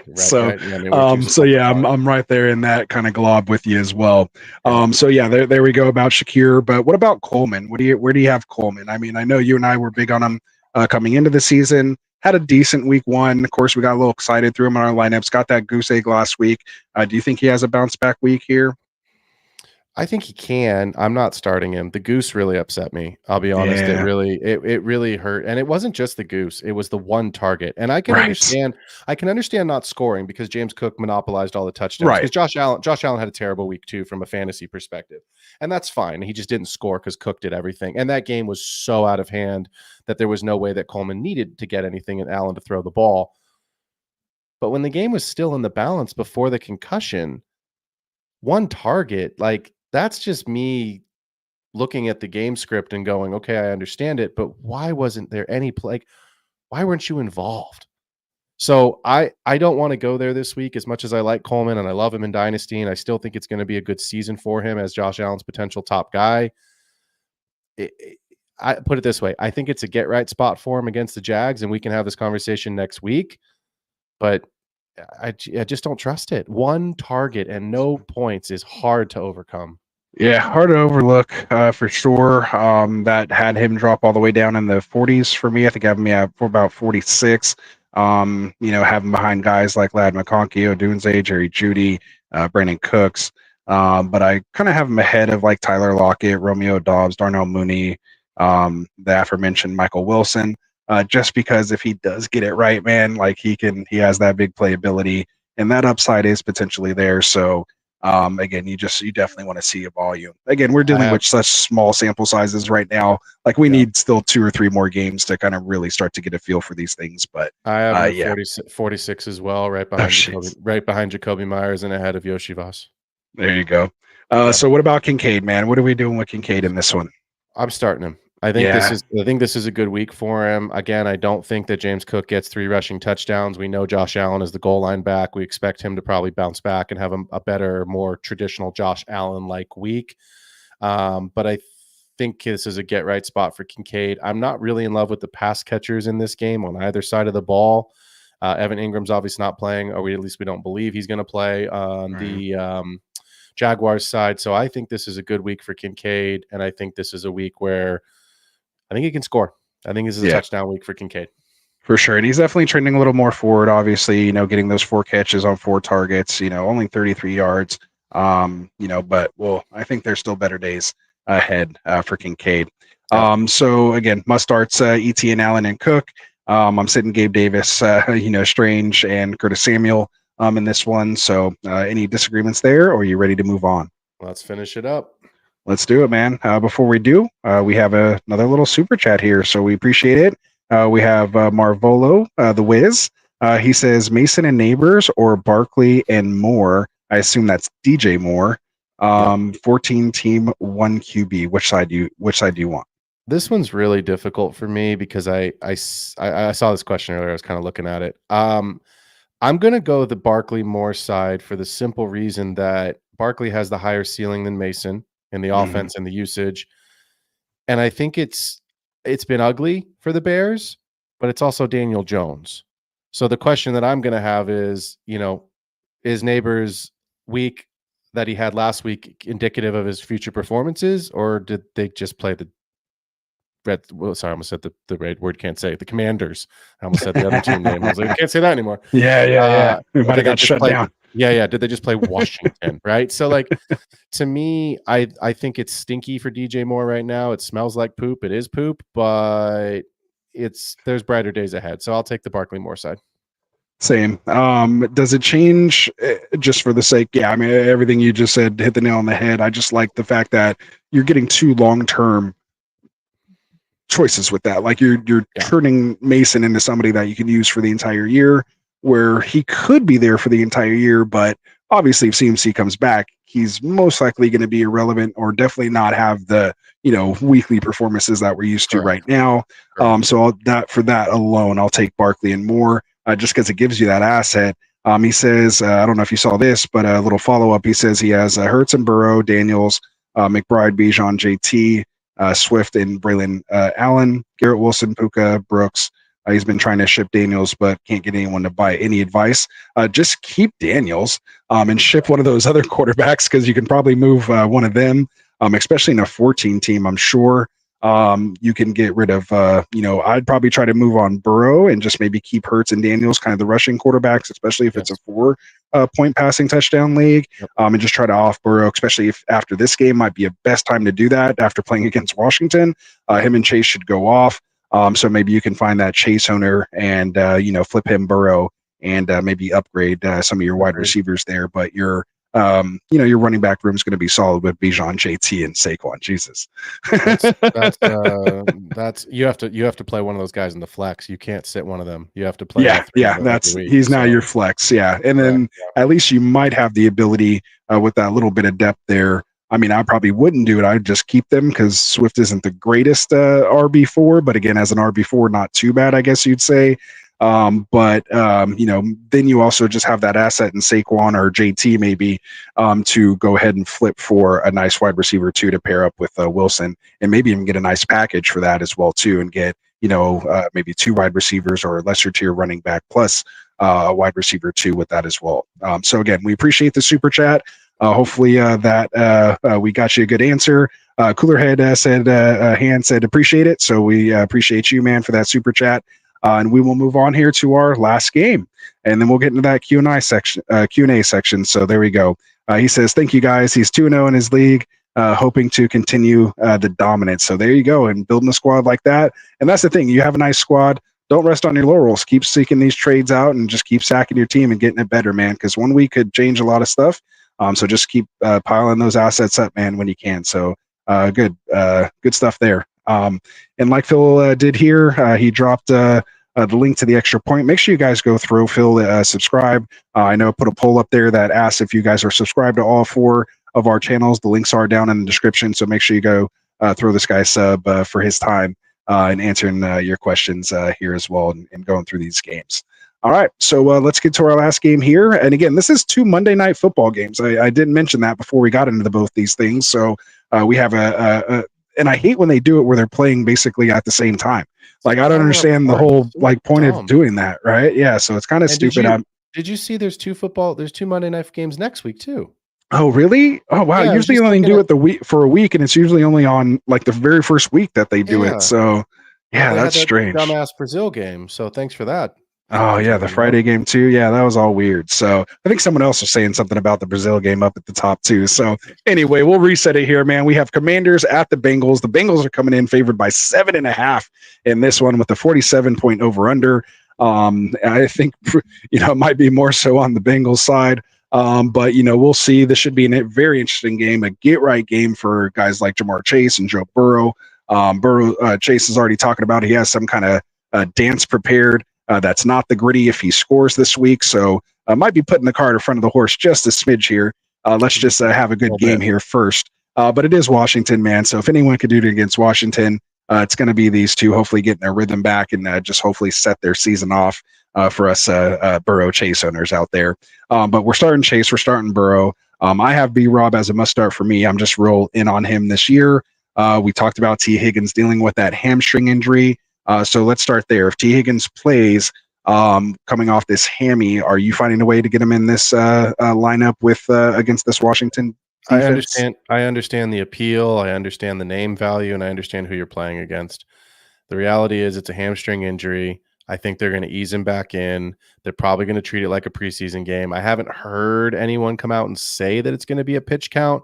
But for those that don't know, I was a 2-sport college athlete, and I went on to coach after I finished my playing career. So from an injury, and that's not a brag. That's to set up my point here, which is I would brag about that. That's worth bragging about. I'll brag for you. Hey, my guy right here. Like, this is who we're bringing to get right for you guys. Like, here we go.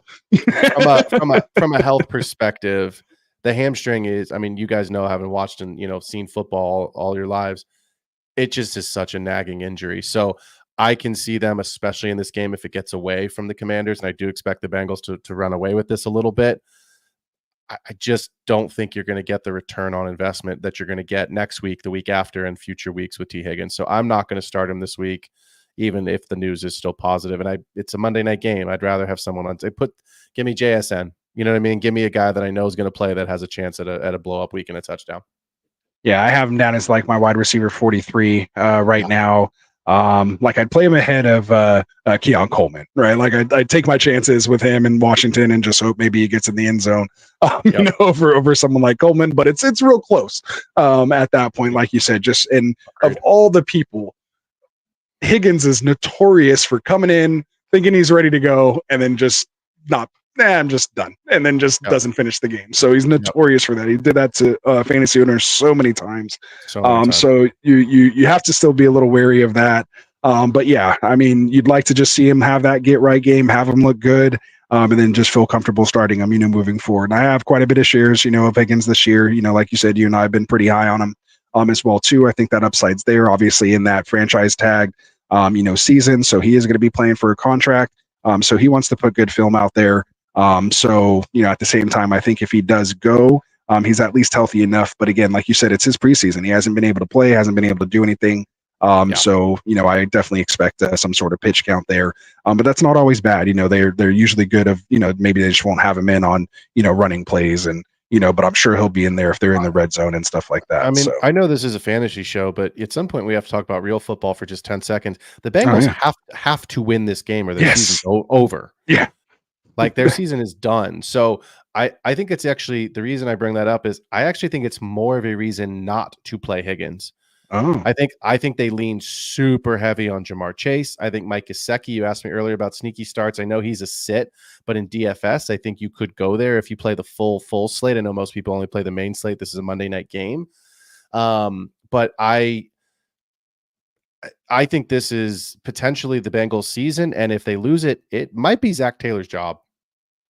Could be not this week. Right. Yeah. Not on the chop block, but I think yeah, this could be one of those like tick marks if they lose it as to why he gets fired at the end of the year. You cannot start 0-3, not with this roster, and especially not against the Commanders. The Commanders at home, where they've already lost to the Patriots at home. Right. You can't do that again. That's hot seat status there. Yeah. So for sure. So what are we thinking about other guys here? Yoshiva. Are we getting him in your lineup this week? Jermaine Burton, like anybody like that? Seems like we might have a Bengals fan in here. Yoshiva's the guy. Two red zone targets last week, 2 touchdowns, 2 tutties. It's the consistency piece for me. So I think it's great DFS plays. I think if you want to take some prop bets on the the over unders, the higher lowers, then go for it. But in managed leagues, nope. The only players I want on the Bengals are Jamar. I want the stars. I want Chase. I want Burrow. I don't want Zach Moss. The inefficiency for me has just been brutal. And it's not just the inefficiency. It's the lack of touches. 9 at rushing attempts in week 1, 12 in week 2. I can't 0-2. You can't run the ball if you're playing from behind, And so to me, it's like, I get it. They should be up in this game. So that maybe makes the case. But then again, it's like, is it going to be all Moss? Is it going to be Moss and Brown? I don't want Zach Moss in my lineup this week if I can avoid it. I have him down. Give me a second to switch off the QB rankings here. I have him. I'm still scrolling. That was our that just reminded me. So like year 1, man, when we were doing our start sit shows and when we did exactly what you just said right there, we just made that sound effect of zzz, which is that scrolly ball. That just tells you where we had him ranked if we made that noise. So way to bring that back. Shout out to Dustin, man. That was him that did that. We were cracking up when we first did that. It happened live. It was good stuff. So that made me. I have an RB 26, but I have him in there. RB 27. I just moved Najee up, but I have him with names that you don't. Zamir White, DeAndre Swift, Austin Eckler, Chuba, Elliott. You don't want to play those guys, so he's in that tier of guys this week that I don't want to play. Yeah, I have him at 23, but again, it's because it's Washington. I probably normally would have had like Ford ahead of him. Maybe Najee. Just I'm not a big Pittsburgh guy either way. No. But yeah, so there's Singletary, Chuba, like Zeke. I couldn't really get anyone ahead of Moss. At that point, again, going up against Washington, if they do get close, if Chase is down at the 1, like it's probably Moss. Getting in the end zone there. Sure. Or maybe if they finally just blow him out, maybe he gets some good run late in the game and see those touches increase. That we expect around that 15 carry mark. So good stuff there. Let's go over the other side of the ball. Talked a lot of Bengals. Let's talk some Commanders. Jane Daniels, where do you have him? He's got to throw a touchdown at some point, doesn't he? Yeah. I mean, doesn't he? Like, he His can't go the rushing whole- floor, though, man, he's been. I mean, he finished so- QB5 like without throwing a touchdown. So, and like, that's so that's the key for me. So I have him ranked right now at QB 14. I have him at 8. Yeah. Hey, I'm pretty. Bengals defense hasn't looked good, and they got a lot of injuries, man. So that's what I was going to say is I have him at 14, but the rushing upside is the reason why I could easily see myself moving him up. The challenge for me is he hasn't thrown a touchdown. The passing volume's not really been there, and if the Bengals take away the rushing, you're getting a absolute floor game.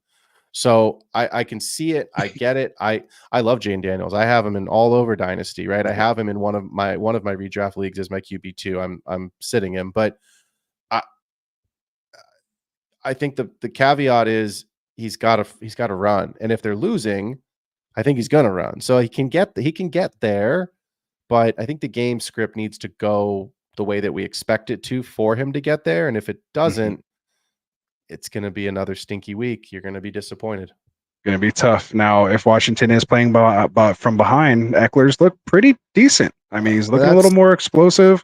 Kind of has that third down role. It still hasn't deterred me from Robinson because I think they can definitely coexist there as the better talents just on the team in general behind Scary Terry, who we'll talk about here next. Yeah. But how do you feel about Eckler? Is he a sneaky little play here?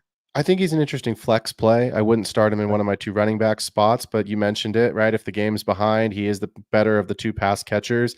He hasn't been super involved. I thought he'd be a little bit more. And I think he had the big catch last week that maybe was negated by penalty or he dropped something. I was at the bar. I had 12 screens going with all the games so, and no sound. They've got the country music blasting. So kind of having to tell the Raiders fans to shut up so I can watch the games. You tell them. I did. Yeah. Well, I might get a beer thrown at my head or worse. Yeah. But Eckler is an interesting flex play this week. And then as I think about, passing volume and a negative game script, I do think that makes Terry interesting this week. He's still seeing targets. He got 8 targets again last week. They played the Giants, not a great team, but you're right. The Bengals haven't looked good. Their defense hasn't been super solid. I don't know that the Bengals will. It's 7.5. I don't think they cover. I think they win this game. They should win it easily. But I do think there is some potential garbage time goodness in there for Scary Terry. Very nice. Yeah, and that'll lead us right into Terry. So you think they finally open up the offense and let Jaden Daniels do what he kind of did best, is throw that deep ball? Like, we haven't quite seen that yet, and it's screaming for Terry, and this could be potentially the matchup with it. I mean, you got Cam Taylor-Britt back. I mean, they got an okay, decent secondary, but can you find a way to get Scary Terry in your lineups, or has he never left? I mean, I don't think he's left. You drafted him to be probably your wide receiver 2, maybe your wide receiver 3 if you went wide receiver heavy. So I think you're good there. Cam Taylor-Britt's probably only making one-handed interception in his career, so I don't think that's happening. I'll tell you what, man. It was a nice catch, though. Watching that game live last weekend, I was like, "Holy shit, that may be one of the best catches I've ever seen." Yeah, and he's not even an offensive guy, so it was unreal, the one-handed pick. But again, I think you can get Terry in there, and I think at some point you got to let Cliff cook up some stuff for these guys. Otherwise, you're just the defense keeping everything in front of them, and you're not winning games. So, man, his 1.1 offense is just brutal, man. Brutal. Let's get some air into the ball here. So I have Scary Terry as my wide receiver 33. So I have him as wide receiver 3 or flex in your 2 wide receiver leagues. Just going back to Eckler, man. I mean, double-digit points in 2 games. Playing barely 50% of the snaps. But just having that, passing upside 3 for 47 on the receiving end, 8 carries for 38 is pretty decent as well as 4.75 a carry. Yeah. He averaged, only 2 carries, but for 10 yards last week, that was 5 yards per carry. So maybe that explosiveness is still there a bit, and if they can keep him healthy. Where'd you have Terry? 33. I have him at 33, right above That's that. hilarious. Right above that Jacksonville Buffalo stack that I read. Oh, okay. Don't play these guys. I was like, Terry can be better than these plays. So I have him right there in that, literally. So I have Diggs at 34, Shakir 35, Kirk at 36, and I moved Watson up to 37. I can't play Deontay Johnson over Christian Watson just with his upside. So I made that move actually during the show. So my other rank might not match up back to that when I mentioned it earlier. So anyway, all right. So who else we got in this game? I mean, I'm sitting Ertz, I'm sitting De'Ami Brown, McCaffrey, Chase Brown, who was mentioned in the chat here, saying he's due. He is, but he's on my bench right now. Well, he'll be due on my bench, and then see what happens here. If Moss doesn't, get his, what together, maybe we will see the Chase Brown show here. So I'm still holding on to him. Yeah. I'm still sitting Oshiva, Burton, and Gesicki is a little banged up, so keep your eye on that as well too. If he is, and so maybe Eric All might be one of those interesting, plays as well too. With no Gesicki, so keep an eye out for that as well, because I think he had like 4 or 5 targets last game as well too. We mentioned him on our waiver wire show on Monday. Tony Romo just get Eric All, man. I felt like they needed to go have a bromance hug afterwards. He was getting mushy on him, huh? Oh, he was getting real Tony Romo. So okay. Tony Romo. Tony. All right. Tell you what, Jim, this player, Eric All, man, Jim, you're going to watch Eric All. Okay, Tony, we get it. All right, Eric All, man, we get it. No, that's good stuff, man.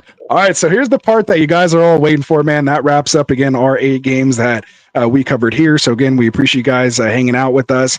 I have, it looks like, probably over 20 questions here that are starred and ready to go. Again, a couple of them that were supers we've got to already, but we will get to this Q&A session, man, and bang these things out. So you ready? We'll try to rapid fire these things. I'm sure we'll get derailed a little bit, but we'll try to get through them here as quickly as we can for you guys. So again, we appreciate it.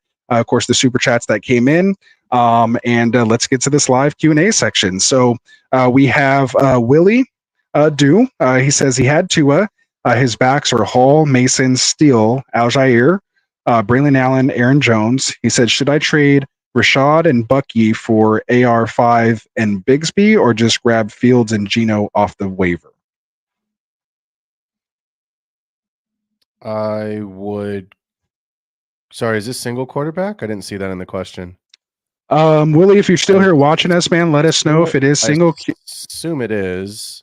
Answer it just both ways. What would you do in both situations? I assume, though, actually, now that you say that, I mean, if Fields and Geno are on the waiver wire, I don't know what super flex league you're playing with that have these guys on the wire. Well, that's why I said I assume it's. Yeah, so I assume it has to be a 1 QB. I would take the ceiling shot with Richardson, to be fair. I mean, that's how I know Kendall's here. That's an easy one for him. Bigsby's interesting, right? I know we got a lot of questions to get through. I just want to say this really quickly.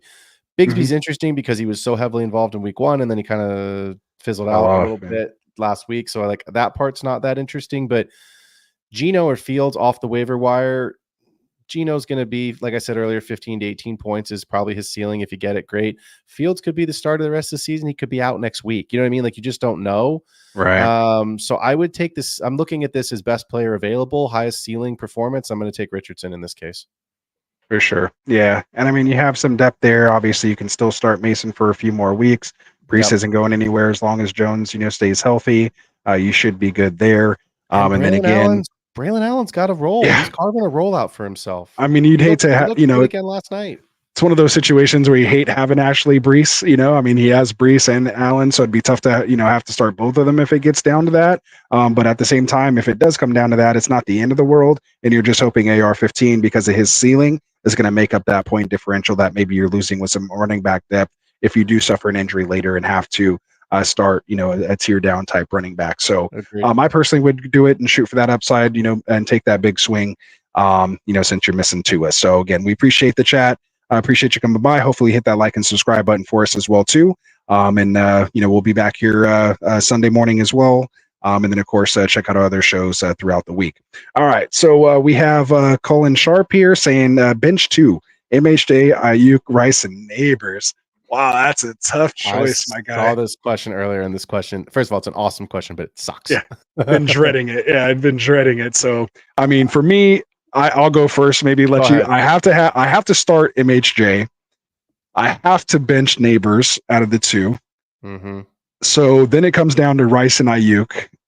Obviously, I'm not that high on Purdy this week, but he has all the volume. But there's no way I can get rid of Rice with no Pacheco at this point either. So I think I'm going to go MHJ and Rice and just go with the guys that are in top scoring offenses attached to the top quarterbacks right now. and in our games that are expected, kind of shootouts. So give me MHJ and Rice, and then I'd have to start Ayuk at Neighbors, but that's hard to say. I see it the exact same way. If the Rams, I was thinking about Matt Stafford. If the Rams were a little healthier, I could potentially make the case for Ayuk over Rice, but I just don't see, if the Niners score and get up, I don't see a world where the Rams can come back. So I'm with you, MHJ and Rice. There we go. All right, good stuff. We have Nino in the house. What's up, Nino? He's saying he got offered his Gibbs and Ken Walker with Charbonnet and DK for his Jamar. Oh, did we already? Yeah, we took the Chase Monty B-Rob side because there was too many. Oh, I think he supered it after, right? Okay, and then he gave us our team and stuff like that. Okay, good stuff. Like I said, I was starring stuff as they came in, so we'll move on. That helps. So Ray in the house. What's up, Ray? I saw your what's up there, man. How you doing, my guy? He says Waddle or Worthy in full PPR. Ooh, well, test your Worthy ranking here. Clearly, I've been such a big Worthy supporter all season. No, I'm joking. I'm going Worthy because I just no Tua, the game script on the road at Seattle. Again, we talk about Kansas City at home. No Pacheco. Give me Xavier Worthy this week. I think there's manufactured touches, and I think he finds the end zone. There it is, man. There it is. Yeah, and I'm kind of do I have it ranked that way? I'm like, let me check the ranking because I think actually, I have Worthy at 21 and Waddle at 26, so I'll go Worthy there as well for that upside. So yeah, there we go. We got Dub Nation in the house saying he needs one. Zach Moss, George Pickens, Brian Thomas Jr., Waddle or Deontay Johnson or Jerome Ford and full PPR. So I assume it's probably the flex spot. Who are you flexing out of this group here? It's a nice group problems to have here. You guys, I was going to say that's a deep bench there. Who do the Steelers have this week? The Chargers with potentially no Justin Herbert. I think I take Pickens here. I know the appeal of Waddle, the name value, but we just talked about it. No quarterback, even though Justin Fields is kind of no quarterback.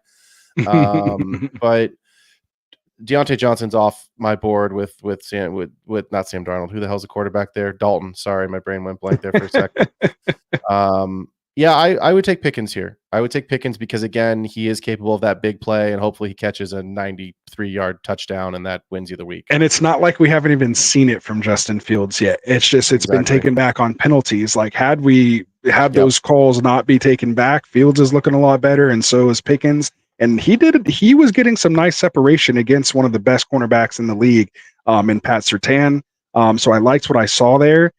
So interestingly enough, I actually have Pickens as my highest rated guy here as well. Just 2 spots ahead of Waddle. So I have Pickens as my wide receiver 24 and Waddle at 26. And then those running backs and other, wide receivers are well behind that. So, so good stuff. I have Pickens at 23, 1 spot behind Worthy. Oh, there you go. Yeah, so I have Worthy at 21. Yeah, so we're all right in there. So Dub Nation asked another question. He said J.K. Dobbins or Travis Etienne? Full PPR. Yeah. I think it's ETN. I think you chalk it up to I know I've been so down on the Jaguars, but it's more of a Trevor Lawrence thing than an ETN thing.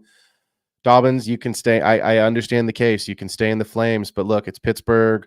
Mike Tomlin dials it up, right? TJ Watt. TJ Watt's an animal. Yeah. TJ Watt's an animal. And you know what? To be fair, Gus Edwards, J.K. Dobbins has scored the touchdowns. He's had better yardage, but Gus Edwards has had decent usage.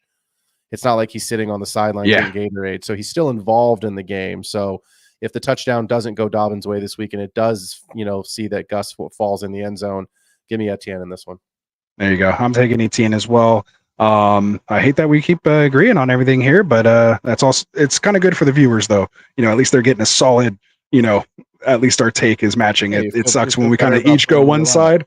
Yeah, if we're each on one side, then it's kind of like, well, we didn't really help at all there, I guess. So, so good stuff. Marvelo, he asked, I think another question. Maybe did we answer this? No. But he did send us a super chat later on. So this might have been a question he asked earlier.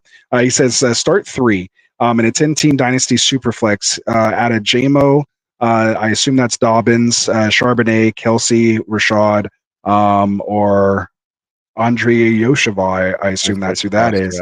Yeah, so who are you taking? He needs 3 out of these guys. 2 of these are really easy for me. I'm taking Jameson Williams, full PPR. Obviously, we love the usage. We love where he's been at so far in the first 2 weeks, and we love that game. No matter how it goes, we think it's a shootout regardless of who wins. Charbonnet's the starter again this week. Miami's defense isn't great, so I'm still going to play him. I don't love a running back in my flex spot, but again, because he's the guy and should get the goal line work. Geno doesn't run. Give me And he's a Sharp. pass catching Yeah, back, he can. so Yeah, exactly. yeah. Exactly. So there's a little bit more appeal. I'm The third one's tempted- I'm with you on those two. So yeah, the so this third is where one's it's going to be hard. interesting. I'm tempted to say Kelsey because of no Pacheco. I think this could be a good Kelsey week at home again. He could find the end zone at some point. Kelsey's going to get right. He's going to get himself a proper Kelsey game. I think it could be this week. So I'll take the shot on Kelsey over Rashad White. Yeah, that's where I'm still trying to decide here too. White is banged up, kind of dealing with that groin that could potentially flare up at any moment. I have him as my RB16 still though, just because of that pass catching upside going against this Denver defense, which isn't great. And definitely susceptible to the running back position. So I'm kind of torn between Rashad. I can't just flex a tight end just for whatever reason. And especially, we haven't seen Kelsey still quite do much. But we know what he is capable of. So for me, it's between Rashad and Dobbins. And I just think the difference there is the defense they're going against. I do have, again, like I said, Rashad at 16 and J.K. Dobbins at 21. So I'll go Rashad White here. So do we want to water bet highest point total in full PPR, Kelsey, White, and Dobbins this week? Kelsey White. I mean, I'm down. Yeah, let's do it.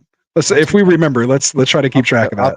I'll text you. All right, yeah, text me after that. I'll take Kelsey this week. I'll ride with my take there. I'll take shot over Kelsey. Yeah, we'll see. All right. Is barring it, like if he goes down with the groin though. Yeah. Well, okay. Well, that's what I'm saying. It's like, and there's no Pacheco. I like the Chiefs. I like it. Yeah. I like the Chiefs pass catchers this week. Good stuff. All right, so we'll move on here. We have the Zombie King saying, "Please help." He has ETN, Ford, or Team One is ETN and Ford, or Brian Robinson Jr. So out of those two, which side of that? I assume a trade. Which side do you like there? ETN and Ford, or Brian Robinson? Or no, ETN, Ford, or maybe he's needing us to start one. Yeah, on that team. A trade, I think is. Let's just rank those guys for him. Let's rank ETN, Ford, and Brian Robinson Jr. All right. Well, let me just pull up the old handy rankings here and there we see go. what I got. I'll do it first since mine are up. I have Brian Robinson Jr. For whatever reason, man. I'm just feeling this B-Rob, man. Actually, no, I can't have Mason behind him. So let me move Mason up. So B-Rob's going to be my RB11. Travis Etienne is my RB12. And then that's going to leave Ford, who I'm a little off this week, especially with that usage with Devontae Foreman. I didn't like that quite as much. I have him down as my RB24. So that's my rankings there. Where do you have those three? I have Travis Etienne at RB13. I have Brian Robinson Jr. at RB15. And I have Jerome Ford at RB23. There you go. Good stuff. Let's see. And then he says for his other team, he has Akers, Javonte Williams, or Devonta Foreman. So rank those guys for me. And then obviously Akers with no Joe Mixon this week. We didn't talk about the Houston game. I know the other guys we didn't get this game. So I do want to say this really quickly for those that are still tuned in. Go play Cam Akers in a tournament this week in a DFS lineup because I know he's going to project really popular because everyone's going to get basically the free square, but it's $4,700. So just take the free square that everyone else is going to take. Because if it's wrong, everyone's going to be wrong. If it's right, everyone's going to be right. But if you can get a little different and go pay up for Amon-Ra or go pay up for Marv and stack him with Kyler in one of those games that we expect to pop off, then if Akers falls in the end zone, you're in a great spot, assuming those other guys hit. And we do expect those other guys to hit. So I'm a big fan of taking the free square and paying up for the higher ceiling plays in DFS this week. But for the rankings perspective, I have it Javonte, and then I have it Akers because of the start, and then Devonta Foreman because he's just not been terribly involved. Yeah, I'm out on Javonte, but I'll go Akers, Javonte Foreman is how I'd have those guys ranked. So no big time explanation behind it. Those are kind of bottom type guys. So, but that's just kind of the order I have. Yeah, I also want to say this for managed leagues for people that are, I saw Cam Akers get picked up off the waiver wire for way too much fab this week. I think CJ Stroud chucks it. Yeah. I think this is a Collins. Tank Dell's got to get right at some point. This could be his week. Steph Diggs had 2 touchdowns in the first week, didn't do much last week. I think this is a CJ Stroud throw the ball a shit ton this week. That would be nice. That would be nice. We'll take it. We'll take it. Yeah. So we got Joe Ortiz. What's up, Joe, man? How's it going? He says, okay, all JMO. He says, okay, all JMO for Smith and Dynasty full PPR, and he would be getting Smith. So are you trading Jamison Williams away for Devonta Smith? 100%. Yeah. All right. 100%. As much as we like JMO, hey, that's give me the Slim Reaper all day there. Give me that Slim Reaper. Especially right now too with AJ Brown hurt and out for multiple weeks. So yeah, but I mean JMO's nice, but take the guy on the contract with good. the quarterback that's on the contract versus the guy that has done it for 2 weeks and spent most of his career on the sidelines. So suspended at that too. And I forgot about that. Yeah. Although got reduced. So either way. But yeah, good stuff there. Go get D Smith. I like that trade. All right. So you go ahead and read it, man. I'm sure they're done hearing me talking. Go ahead. Any moves you'd make for this squad? So we got 10 team PPR, 3 wide receivers, single flex. Josh Allen at the quarterback spot, KW3, Jordan Mason, Chase, I assume is Jamar Chase, Garrett Wilson, Chris Olave, Travis Kelce, and then it looks like we've got Chris Godwin in our flex spot with Samaje Perine, Monty, BTJ, Ridley, and Ferguson.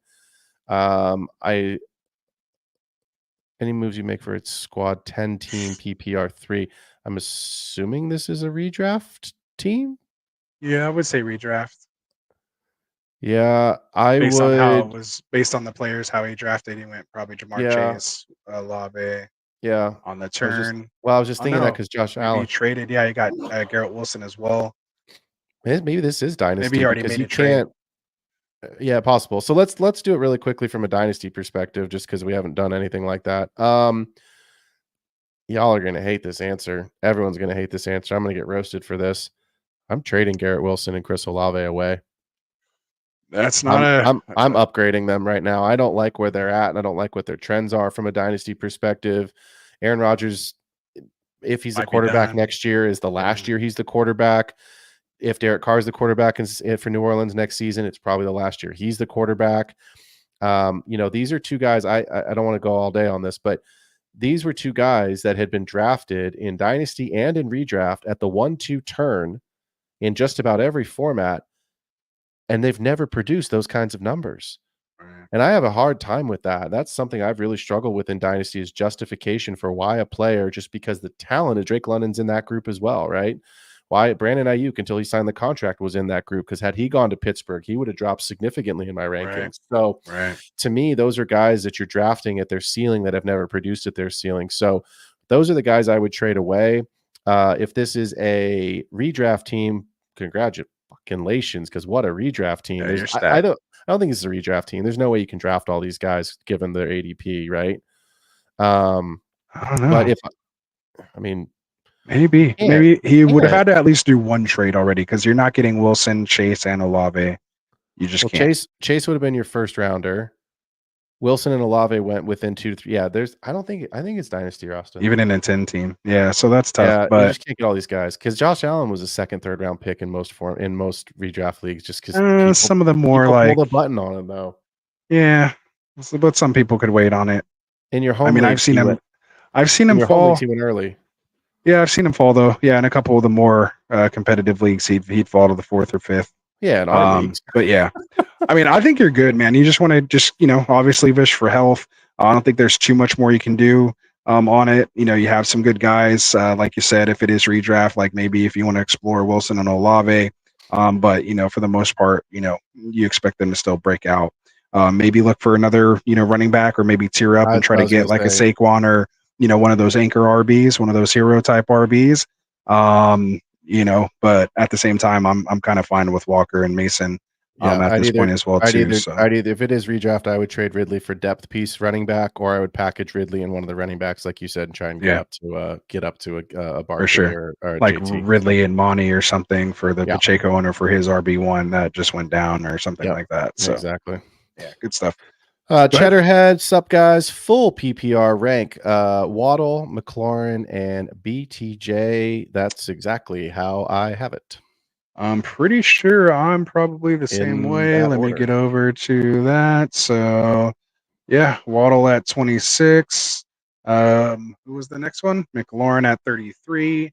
Yep. And BTJ a little bit more down here. So yeah, that's the order I have as well.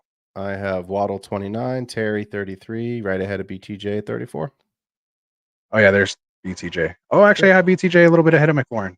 Yeah, there you go. So there we go. I go Waddle, BTJ, and then McLaurin. I'm just haven't been the biggest McLaurin fan. I got to see him throw it down the field a little more. Yeah, I've seen that at least with BTJ, which is what made True. King of the Hill a little bit ahead of him. So True. Yeah. good stuff. All right, go ahead. Joe Ortiz, I just traded for Derek Carr. Should I offer Keon Coleman and a 2025 third for Shaheed? The third makes me believe this is a dynasty question. No, I can't go there in dynasty, not with Keon Coleman attached to Josh Allen, even though Shaheed is big play, boom bust. Derek Carr may not. We just said it. Derek Carr may not be there. Who knows what the hell's going to happen with the Saints? So no, I would hang on to Coleman in a dynasty situation. Love Shaheed in redraft right now. Yeah, Yes. I'm with you there. Yeah. I'm betting on Coleman in the long run. Could have that. And we didn't do the Saints game, but I'm starting Rashid Shaheed in managed redraft leagues this week. He's in my lineup. Yeah. You got to stay in the flames there. Ray I have him Gamer at 27 actually, Rashid Shaheed, but I mean that's still pretty much a start. I could probably get him ahead of a couple other people actually. I have him at 28, just behind Steph Diggs. Oh, so we're like right there. I'm actually moved ahead of DJ Moore and Waddle actually right now. And I have him one spot. I have him one spot ahead of Jalen Waddle. So good stuff. All right. Ray starting Lamar, Rice, Ayuk, Bijan, Gibbs, Kincaid, Mason, and Aubrey for sure. That wasn't a question. I think that was more of the next part. Yeah, there's a part 2 right under. Oh, sorry, I didn't see the part 2. Should I start the Raiders defense versus the Panthers at home or the Panthers versus the Chargers? As of right now, I have the Raiders in case Herbert is questionable. I'll let you go first because I know how I lean. So we're just asking about defenses here. Mm-hmm. I mean, any defense against the Panthers, and as long as Crosby plays, like I'm pretty much leaning Raiders there. In that situation. I just can't do that Chargers defense against the Steelers. Yeah, I can't do it. I mean, I play Steelers defense against the Chargers, but I couldn't do it the other way. So, especially with a banged up Herbert, they might be chasing points on that one. Not too many points because Pittsburgh's just all field goals. But yeah, I'm taking the Raiders no matter whether Herbert plays or not. Yeah, there you go. Let's move it on. Looks like this is a 2-parter as well. So choose 2 here. Jesse Hernandez asking Pittman, Jamison Williams, JSN, or Neighbors, and doesn't give us a full or half PPR. I don't think it really matters too much in that format, but choose 2. Who do you got?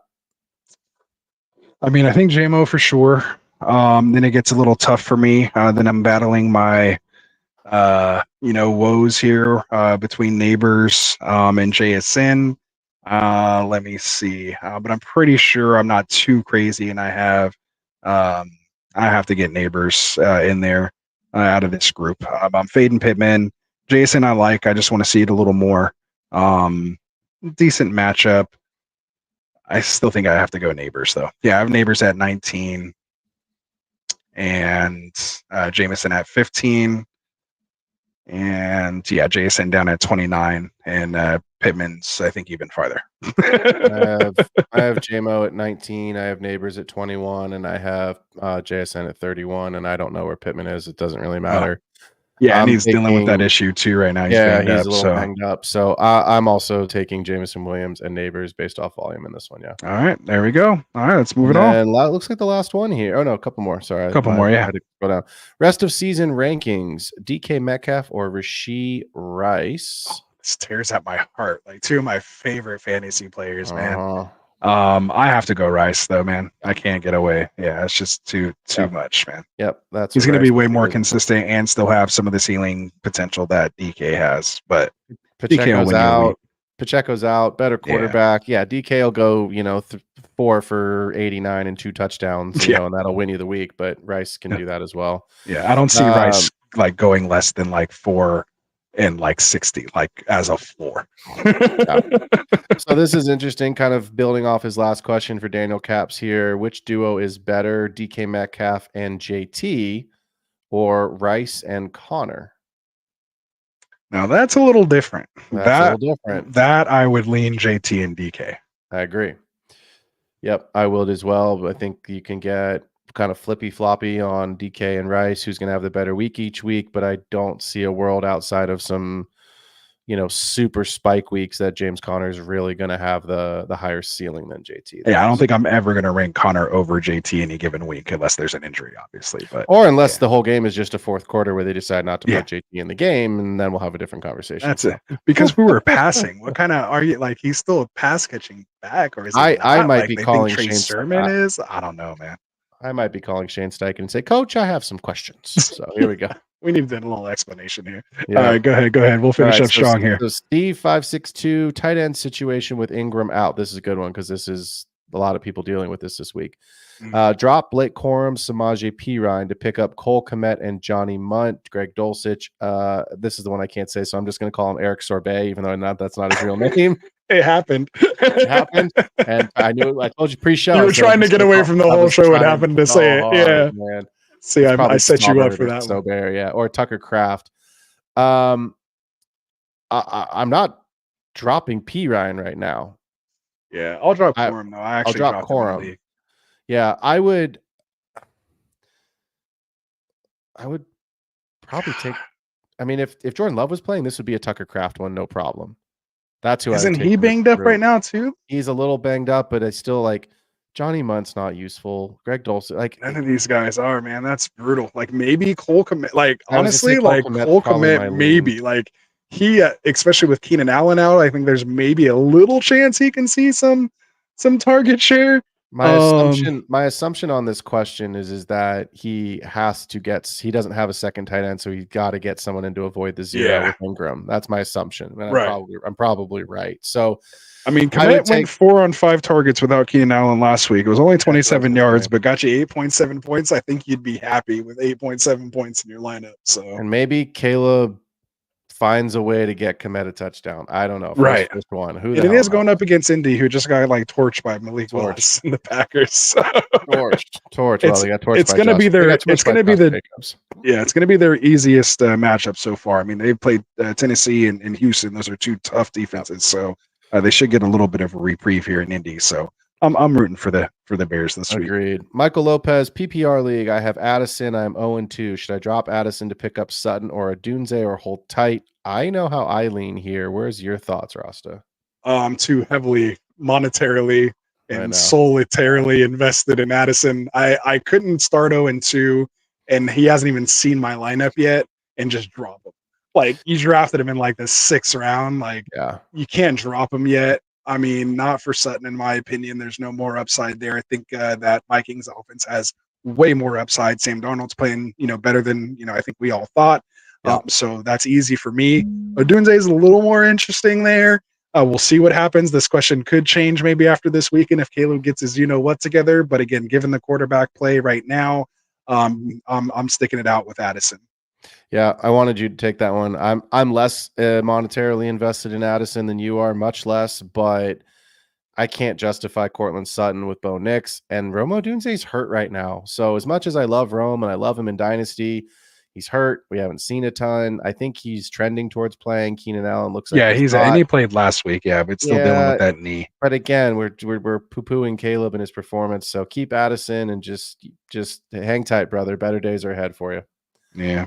Last one as we finish out here. Warrior Loft says, I can't possibly start Metcalf over Hill, right? Plus Metcalf is facing Jalen Ramsey. I'm glad we get to end with this one. That's a tough one. That's like, ooh, that's a spicy meatball there. I think you're right. It's not that you can't possibly start him. I don't think it's as crazy as you think it is. I put it this way, Warrior. I'll reframe your question. I don't think I can make a strong enough argument as to why Metcalf has to be started over Hill. Right? We talk about this every week when Tua is the quarterback. Tua can throw a 5-yard pass and Tyreek can run the other 70. Yeah. Skylar Thompson We've seen it. Skylar Thompson can throw a 5-yard pass and Tyreek can run the other 70. So I think you start Tyreek, and I think Mike McDaniels finds ways to get Tyreek the ball and finds ways to get Achane the ball this week. And even though the Dolphins defense isn't great, Jalen Ramsey is there. He'll shadow Metcalf, and it's I think it's hard to make the case that you have to start him. I can see how you could make the case, but Yeah. you're playing Tyreek. And it might be one of those easy things when you look next week and we're like, it was Skylar Thompson. Like, why do we think we could start someone like over DK who just went for like 2 touchdowns and crazy yards? But True. so like I can see that side of it, and I understand the question. But yeah, I mean, I couldn't get Hill any lower than my wide receiver 9 this week, just because of everything you said. Where do you actually have him ranked? I mean, because obviously he's usually like wide receiver 1 or 2, like at the worst any given week. So I think 9 is being a little cautious. Where do you have? I have him at 11, but I have a player at 9 that you're out on this week that I'm bullish on this week. So I have Ayuk? I have Evans. I have Evans in 9. The Broncos defense, I get Pat Surtain. I get it. I really do. He's taking out everyone. He is, but Pickens, DK, who they play week 1, wiped him out. Nothing. And then those guys went on to score good points in other games. So I know you can tell it's the matchup. I may have to rethink my rankings, but bro, I'm the biggest Evans fans. I'm actually starting DK over Evans in my home league, but it is a non-PPR, so yeah, I actually have it ranked that way too. Well, I just moved him down 1 spot at least because I realized he was ahead of Devonta Smith, and I no, Devonta Smith's got to be ahead of him. But so now he's my wide receiver 10. But yeah, I still have Tyreek at 11. I get it. We could be coming back next week going, how the fuck did we think that? But you know what? David Njoku was a league winner with Joe Flacco. So what the hell do we know? So right. Exactly. Good stuff. All right. So where did we leave off here? I think we had a couple new chats that I wasn't starring as we came in. And we had our boy here. Apologize. We were in a different screen. But he just left this, so it's not like we totally missed it. But Yoshimi, I think is how you say that. He dropping us a super chat here. He says he needs a RB2. Does he trade Puka and Ford? For which running back would we like to target with Puka and Ford? Like what range of RB are you looking for or would expect in that package? It's hard to trade Puka right now on IR. Yeah, that's the caveat to this question. Like if Puka's healthy, you're trading Puka and Ford for Saquon Barkley. Like maybe. I don't know about that quite high, but well, that's true. Saquon's pretty. Yeah, you're trading him for. I think that next tier. I think like after JT, like. You think you could Derrick Henry? Oh yeah, I think the Derrick Henry owner would do that with a healthy Puka, and if Ford gets the backfield. But I'm saying I should have picked with a healthy Puka. Yes, I'm saying now today. Oh yeah, depends on this trade. That's the shitty answer to the question. Is like I'm not trading for a guy on IR. Yeah, and I mean that's tough. It is tough. You're gonna have to find someone that's willing, kind of like me. Like I'm one of those. I buy low on injured stars, like difference makers. Like Puka, I would put kind of in that category. But the problem with that is that was okay when the rest of the team was still healthy. But since he's been hurt, everyone else got hurt too, and they're not coming back anytime soon either. So like that's why I'm kind of staying away from Puka. So I see why you're trying to trade him. So given that, if you were even quote unquote selling low on Puka, like let's say he just wants to move completely on at this point, right? Especially since he needs that RB2, given his situation, do you think he can get like a David Montgomery, Rashad White, maybe even a hurt Ken Walker at this time? Maybe J.K. Dobbins might be someone, they would be willing to, get. Like you might have to be shooting for those type of guys. There's still going to be risk. Maybe Aaron Jones. Like I think that's around the tier that you're going to get. Maybe you buy low on Ramondre right now. Yeah, no, coming off this game. I don't think so. I think you're going to go back and look at this game and kind of throw it away because the Patriots were just so awful. I think you're looking at maybe a Tony Pollard. I think that's an interesting name. Yeah, and I say that simply because I'm looking at this question of like, what could I trade Jerome Ford for? Because here's my thing. Puka was injured in the preseason, didn't play. He was questionable all the way up to coming into camp, and then he got healthy. He played how many snaps he played, right? Yeah, and then was gone. Came back and he's gone again. Now he's on IR. So it's like, okay, and then they have a bye week after his 4 games are up. So that's even one more week you're not going to get him. And then they said he may not even be ready to come back even after that. Well, that's the other thing that's crazy too. Right. Yeah. Is this a thing that's going to potentially just ruin his season? And I think it could be a situation like Justin Jefferson last year. Didn't come Right. back, didn't come back, didn't come back. And then on top of it, we talked about this earlier when we previewed the Rams-Niners game. There's 3 offensive linemen missing. Yeah. So is Stafford, even if Puka's fully healthy, is Stafford even going to be able to hold up and get the ball out? Because I'm not putting anything past the fact that it could be whoever the hell the backup is there. It may not be Stafford. So who am I trading him for today? Tony Pollard's in that range. Charbonnet? I mean, like, but Kenneth Walker's I probably wouldn't back in do a it for week. that. So Yeah, it's like I can't do that. I'm just looking at guys that I'm like, who's got Devin Singletary? Yeah. Maybe Josh Jacobs Maybe. you could get. Like, I would at least shoot for that high, but yeah, some of those guys are the guys you might end up having to settle with. Or you just kind of play the, waiver game and just go with like a P Ryan or a Carson Steele Well, or, that's what I was going to say. something like that, or just roll with Ford at this point. Like, I think Ford's still okay personally. We'll see a little more after this week here. But maybe your best situation right now is just to hold pat, keep Puka there. Because again, you're selling him pennies on the dollar at this point. And there's a chance that Chubb's not who he is when he comes back, and Ford might still have this, albeit maybe a split with Devonta Foreman. But, we saw what Ford was able to do last year. It's not like we don't know, they've trusted him. So, he should get the work. I made that point all summer. Look what they did when Kareem Hunt was there and Nick Chubb was healthy. Kareem Hunt still had a role. He was still relevant. In fact, there was weeks when Kareem Hunt outscored Nick Chubb especially in the PPR. Backup. Right. Exactly. So I would hold. Yeah. I look at this question as Jerome Ford straight up in a trade, because to me, Puka's value is 0 right now in redraft. 0. Yeah. There's just so many holes to poke in the narrative around injury, plus the offensive line, plus the timeline. It's just too thin for me. Yeah, good stuff.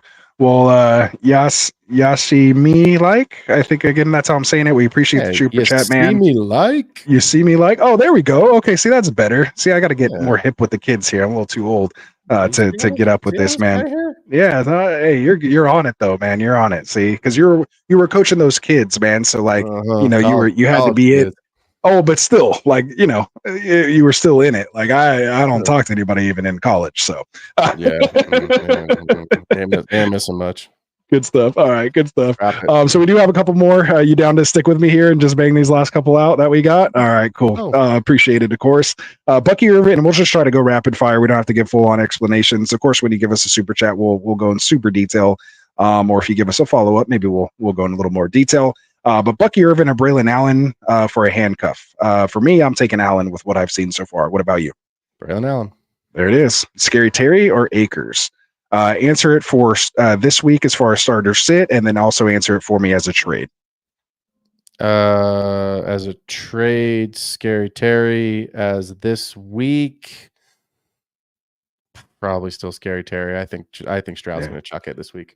I think I'm Terry on both. And then when I realized the guys, it probably was not a trade question, but hey, you never know when we don't get the context. Always good to let us know what size league, if it's PPR, full PPR, is a trade, dynasty, redraft. All this stuff helps us give you better answers to your questions, guys. Steele for KC, is he worth a start this week as a possible breakout week? I'm a no on that. You're just hoping he scores a touchdown if you do have to play him, given your running back situation. What about you? I mean, we talked about that when we previewed the Kansas City game. I want to see it for a week, but if you're desperate, throw him in your flex and hope he falls in the end zone. Absolutely. That 4.7 speed isn't. I'm not in a rush to get him in my lineup. He's not with 4.7 speed. He ain't in a rush to go anywhere either. So perfect. Well said. I was hoping you were going to go with that for me. I was trying to set somebody up for that little alley-oop. All right. So we got Matt Friend in here saying it's a 10 team, one flex. He needs an RB2 with Stevenson.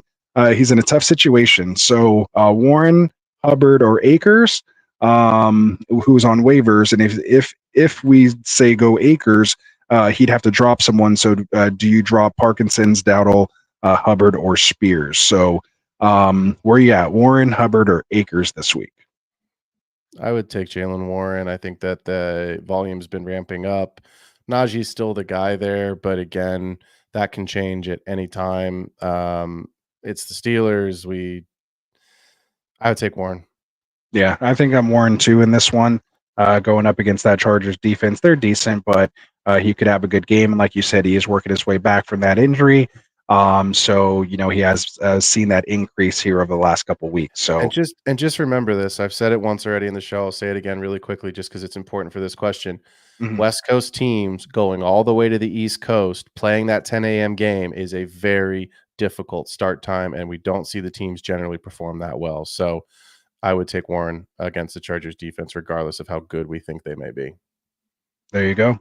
Yeah, so I have Jalen Warren as my RB30, Tajay Spears at 35.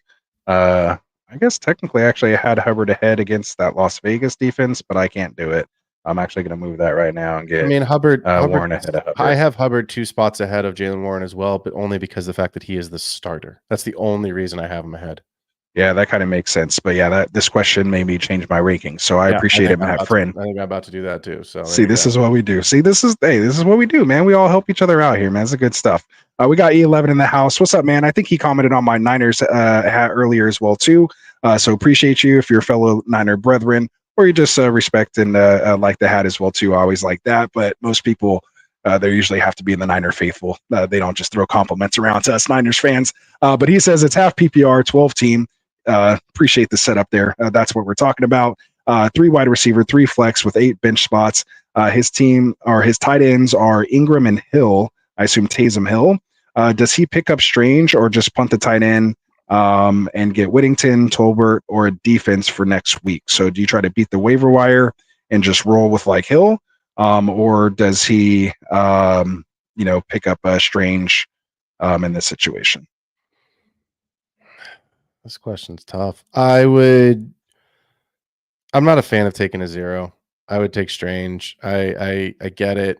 I don't. Is Taysom out though this week? Like, I don't know. Recovered. And that's why I was just gonna go and look at it real quick and try and I got my 3 screens up here. But if Hill's active, I'm playing Hill. If he's not, I'm playing Strange because I'm not a fan of taking the 0. But Jordan Whittington, we've talked ad nauseum tonight about the Rams and the offensive line and all that stuff. So I'm not in on that. Tolbert, I'm not in on. He hasn't been involved. And then a defense for next week. I mean, whoever the hell the Panthers are playing, if you can grab that defense, sure. But like even that can go sour. You know what I mean? Like, yeah, you can grab the best defense, and even if you don't, give up any points, if you don't get any sacks, if you don't get any turnovers, you're still only scoring whatever that is, 5 points or whatever for the 8 points for the depending on your settings. Yeah, exactly. So it's not like you're crushing it at the defensive position. So for sure, yeah, I pretty much agree with everything that you just said. The only thing I'd want to know too is I know you have Taysom Hill. Is Juwan Johnson, out there still? Because if Taysom doesn't play, then maybe Juwan's out there. But yeah, good call. I would assume if he's saying Strange, that's probably the best guy available. So we have you see me like over here asking another question. He says, does he trade Jerome Ford? Oh, that was the same question, but he dropped it as a super chat. Yeah, good stuff. Good stuff. All right, what do we got in the next one here? My screen's going all weird. Do you want to bring it up? I've got the locker room here. What platform do you guys speak on? Obviously YouTube, but what app do you use to speak and record? Hey, a so it's a podcast. Fantasy question. Yeah, there you go. Appreciate that, locker room. StreamYard is what we use, man. Yep. StreamYard, and then I am also, you can catch me on my show, The Extra Point. I stream through StreamYard on YouTube live, obviously. But you can also listen along on Spotify and Patreon. So jump on and find the Spotify and Patreon accounts for The Extra Point and give me a follow there. For sure. Yeah, make sure you guys are subscribing to my boy over here. Yeah, there you go. Get it in there. Get it in there. So I got another question here from Will Hayes. He says, Jalen Waddle or DJ Moore? I got to check my rankings on this one. Give me a second. Oof. I'm pretty sure I have Waddle ahead.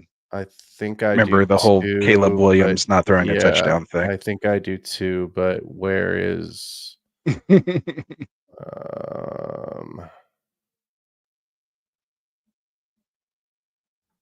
I have Jalen Waddle. Oh, I have Jalen Waddle, Calvin Ridley, DJ Moore. So there you go. There it is. Oof. God, that stinks. For me, I literally have him back to back. Actually, I have Moore ahead, going up against Indy. So yeah, but they're right there. So I see what you mean. So I think I'll go Moore. I think he has a chance maybe to score here against Indy. And I still want to see a little bit with Skyler. I'll just, Skyler could be worse than Caleb is my only thing. Like, that's not a crazy take. So that's what made the difference for me to put DJ Moore just a smidge ahead. So yeah, but they're still, down here, 26 and 27. They're still threes or wide receiver threes or flexes. Yeah, I don't think it's a good week for either one of them. Yeah. So we'll move on. Philly Mike OG, what's up, Philly Mike? He says he got offered Kamara for Brandon Ayuk and George Pickens. Would you take that trade, Ayuk and Pickens? For Kamara? Probably because it's a 2-for-1, and I like the depth pieces, but Kamara. No, he would be getting Kamara for Ayuk and Pickens. But in a vacuum, which side do you want? Yeah. I still lean the 2 wide receiver side. I as much as Kamara is effing crushing it right now and all the things, like he's got to come back down to earth at some time. So, Jesus, 40. Oh my God, the fantasy points were unbelievable. Yeah, I think he scored like over 50 in a couple of my leagues, on the settings. Yeah, he's. He's RB1 on the season. So, and it's 2 weeks. Let's take a deep breath. But, you guys know how this goes. You're going to need depth at the end of the season. So, and I know running backs go and you want to have him, but if you lose Kamara, you're in deep shit. And if you have Ayuk and Pickens and you lose one, you still got another guy. And obviously, if you've got Ayuk on a good off, it's close. Only because I like these guys. Like if it was like Ayuk and like Javonte Williams or something, that I'd be like, get Kamara. But I think if you can maybe get someone back, maybe like a Brian Thomas Jr. or someone like that with Kamara, then I would do it. I just hate losing 2 wide receivers for only 1 running back because I don't know what your receivers would look like after that. So for me, I'd like to just at least get a wide receiver piece back, unless there's a wide receiver on the waiver wires that you can pick up when you do open up that spot, like our boy Kendall over at the Fantasy Football Tavern. Make sure you guys are subbed to him. Always says when it's a 2-for-1 trade like this, remember that guy you're getting off the waiver wire is still part of that trade. So it's not just 2-for-1. You still are getting that open roster spot, which is has value in itself as well too. So good stuff. Appreciate it, Philly Mike.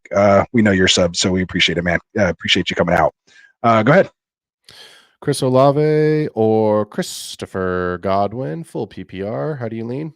I think I'm Godwin right now. I'm riding the wave. I'm for sure Godwin. Although I do think Olave can score a touchdown this week. I actually think he's an interesting play. I've got him in a DFS lineup stacked with Derek Carr. I'm going to stay in the flames with the Saints and hope that I'm right. So I have Godwin at 13 and Olave at 17. So I like both of them this week. This one's interesting. Lockett or Naylor in full PPR. So for those that don't know, that's that's Naylor deep. Of the Minnesota Vikings. With no Addison. I need to check. Minnesota is really interesting because I can see this game going one of 2 ways. I could see it being a shootout. I think that's what people think it's going to be. But then again, Minnesota's defense has been pretty good. The game's at home in Minnesota.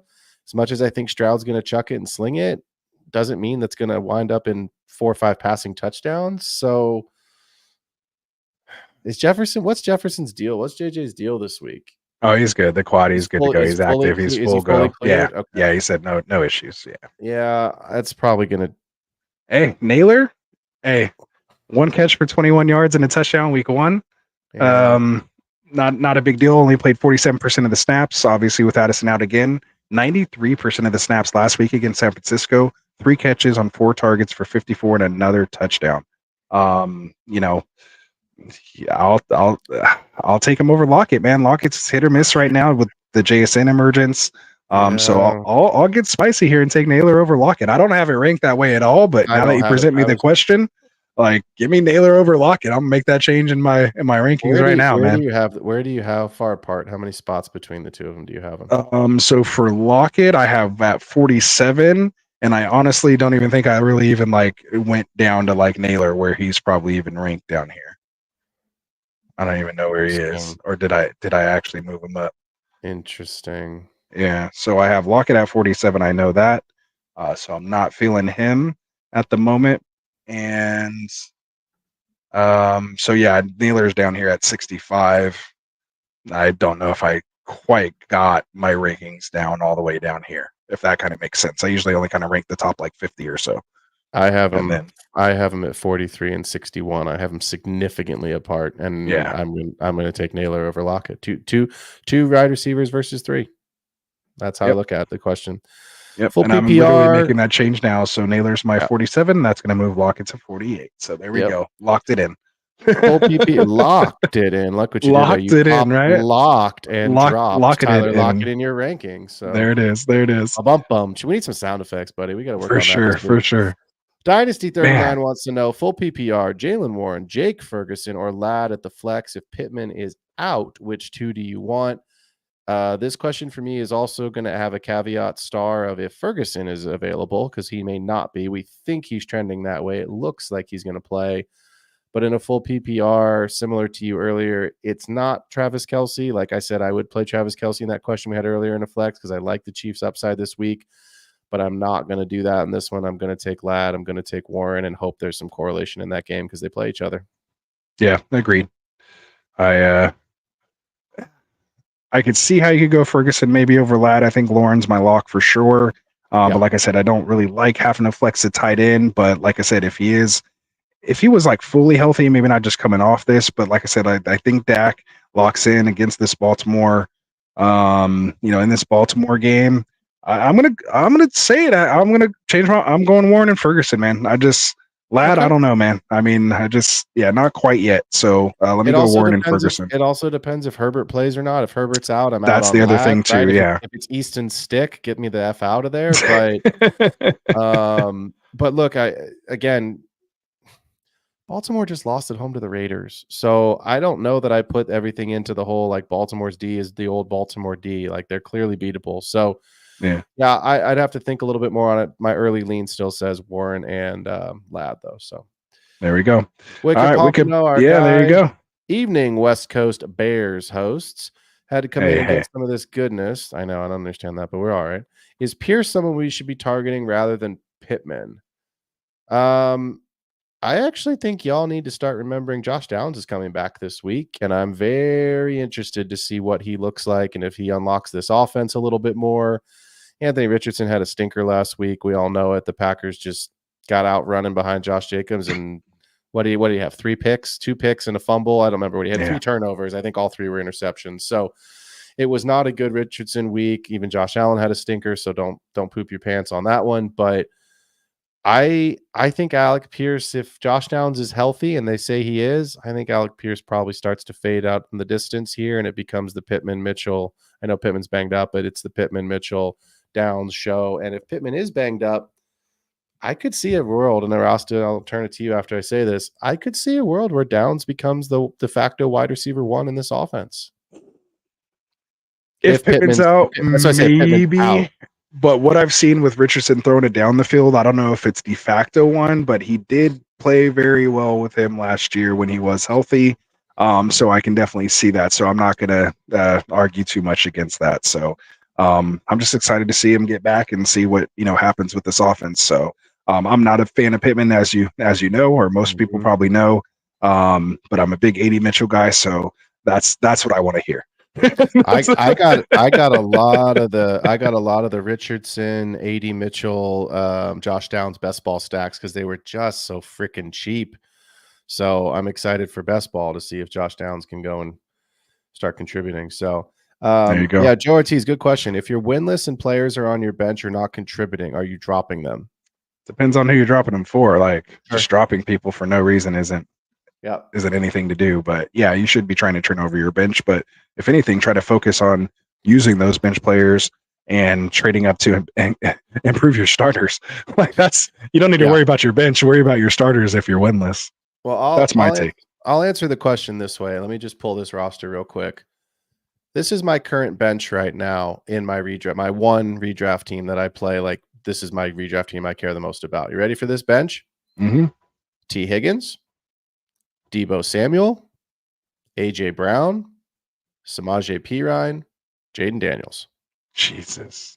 I could drop Jaden Daniels. I could because I have Anthony Richardson. I'd prefer not to because the volatility says I don't love having 2 quarterbacks in a 1 quarterback league, but because I've got volatility, I kind of feel like I need him. You'd have to trade him, not just drop him. Exactly. I'd have to trade him. I'm certainly not dropping him. Perine could be relevant. We don't know what that backfield looks like. So I just picked him up off the wire. Obviously, I got outbid by $1 for Carson Steele, which sucked. But I think that was the right decision. I do too. Steele fan. Yeah. I'm going to drop AJ Brown, Deebo Samuel, and T. Higgins? Of course not. So So no, I think your answer is perfect. You got to see who you've got. But look, if you've got Samaje Perine or Carson Steele and you want to go pick up Cam Akers because you feel really strongly about it, I don't know that that's a move I would make because I think Mixon's probably only out a week, maybe 2. But if you've got somebody that you feel like just isn't doing it, I'm trying to think of a good name as I'm answering this question to say like Akers would be the obvious answer, right? Like go get Cam Akers. He's in a starting role because like Charbonnet's not on the waiver wire, but Akers was. Right. Let me ask you this question, then we'll move on. Would you drop Quentin Johnston for Cam Akers? Yes, just because I'm not touching Quentin Johnston with the 10-foot too. I would too, but yeah. there's some people that say, "Oh, he scored 2 touchdowns." Yeah, well, good. Not chasing that. Exactly. Especially with the Herbert on top of that and all that. What about Ladd? Would you drop Ladd McConkey for Cam Akers? Probably it would I'd have to be hurting at running back, but I'd still want to stick it out with Ladd. Okay. All right. Yeah. All right. Just because I like that slot role and I think that helps in that offense. So agreed. Yeah, with Greg Roman. So hold on. Oh, sorry. We have a super chat that precedes the other one. See what happens? You drop us a super chat, you go right to the top of the line. You don't wait, you get your question answered right away. He says, sorry, if Pittman is in though, do you go Warren or Ferg? So follow-up question from Dynasty over here. I still go I'm holding my answer because I don't know. Just because I'm still going to go Warren again with the injury. It's hard for me because I'm so high on Jake Ferguson. Jake Ferguson is your Jordan Addison, is my Jordan Addison. Okay, that makes sense then. Yeah, in that case, I'd have to go with Ferg probably too. Honestly, though, if you had to ask me, like if I had to bet on who's going to score a touchdown, I would honestly say Ferguson is the higher touchdown upside than Warren. I just think Warren might get you there with the catches in full PPR. So, 100%. So depending on what you need there, and again, Dynasty, we really appreciate that super chat, my guy. All right, so let's keep the questions keep coming in, man. You guys are blowing up. We appreciate it, but we'll try to get through these as we can. Let's see. Tresner, I think it was where we left off. He says Swift or Zamir in the flex, or do you bench Kyron and play Swift and Zamir? Still think I have to go Kyron against the Niners. Yeah. And between Swift and Zamir, hey, Heat Override. Shout out to the Heat Override podcast, man. Make sure you guys go check him out too. Shout out to our Scott Fishbowl Predator division with my guy here. Flip a coin, bro. Like between Swift and Zamir, just flip a coin. I'll take Swift just because Zamir's been just kind of trash. Yeah, Alexander Madison is scoring touchdowns and Caleb hasn't thrown one. So if Swift falls in the end zone, I'm not. You know what I mean? I'm not shocked. But when does Swift fall in the end zone? Next year when he's playing for the Cowboys. Yeah. So, no, I'm kidding. He's on it. They paid him. He's gonna be in Chicago. Yeah, no, he's there. They invested. So. Chicago just needs to get their shit together, man. They have the potential, man. They have the players. They have the talent. They just got to get it all together. Yeah. All right. So cannot be there for sure. What else we got? Jason's here saying again, a lot of new names. Hopefully, you guys are hitting that subscribe button for us. And if you're already subscribed, hit that like button. Helps us just as much. With Kittle out, Strange, Parkinson, Taysom, Gesicki, Higgins back. I think he'll get all his targets back. What should I do? So, I mean, you know where I'm going here. We talked about earlier when we previewed the Cincinnati game. I don't think this is a big T Higgins week, Jason. I think this is a week where they ease him back in. That hamstring injury can linger. It's a game we don't expect to be highly competitive there. We expect Cincinnati to at least be ahead by enough that they don't need to throw it. So I'm going to go with the tight end portion of this question as a replacement for Kittle, and I go Parkinson. Yeah, Fred Warner's a beast, bro. Like, you're not catching anything off it, and he's already just causing, like, he's literally like the only guy we have left right now, like on our team. I feel like that just has any of the captains basically that are like left, like holding our team together right now. But yeah, I think I'd still go Parkinson. Just with Taysom dealing with that chest injury, we're not sure. Strange, I don't know. I have to kind of see more. I'm still not feeling it. And I think you're right with Gesicki, and again, he is banged up. So if he's out, honestly, maybe Eric All might be a better option, and he's probably available in your league.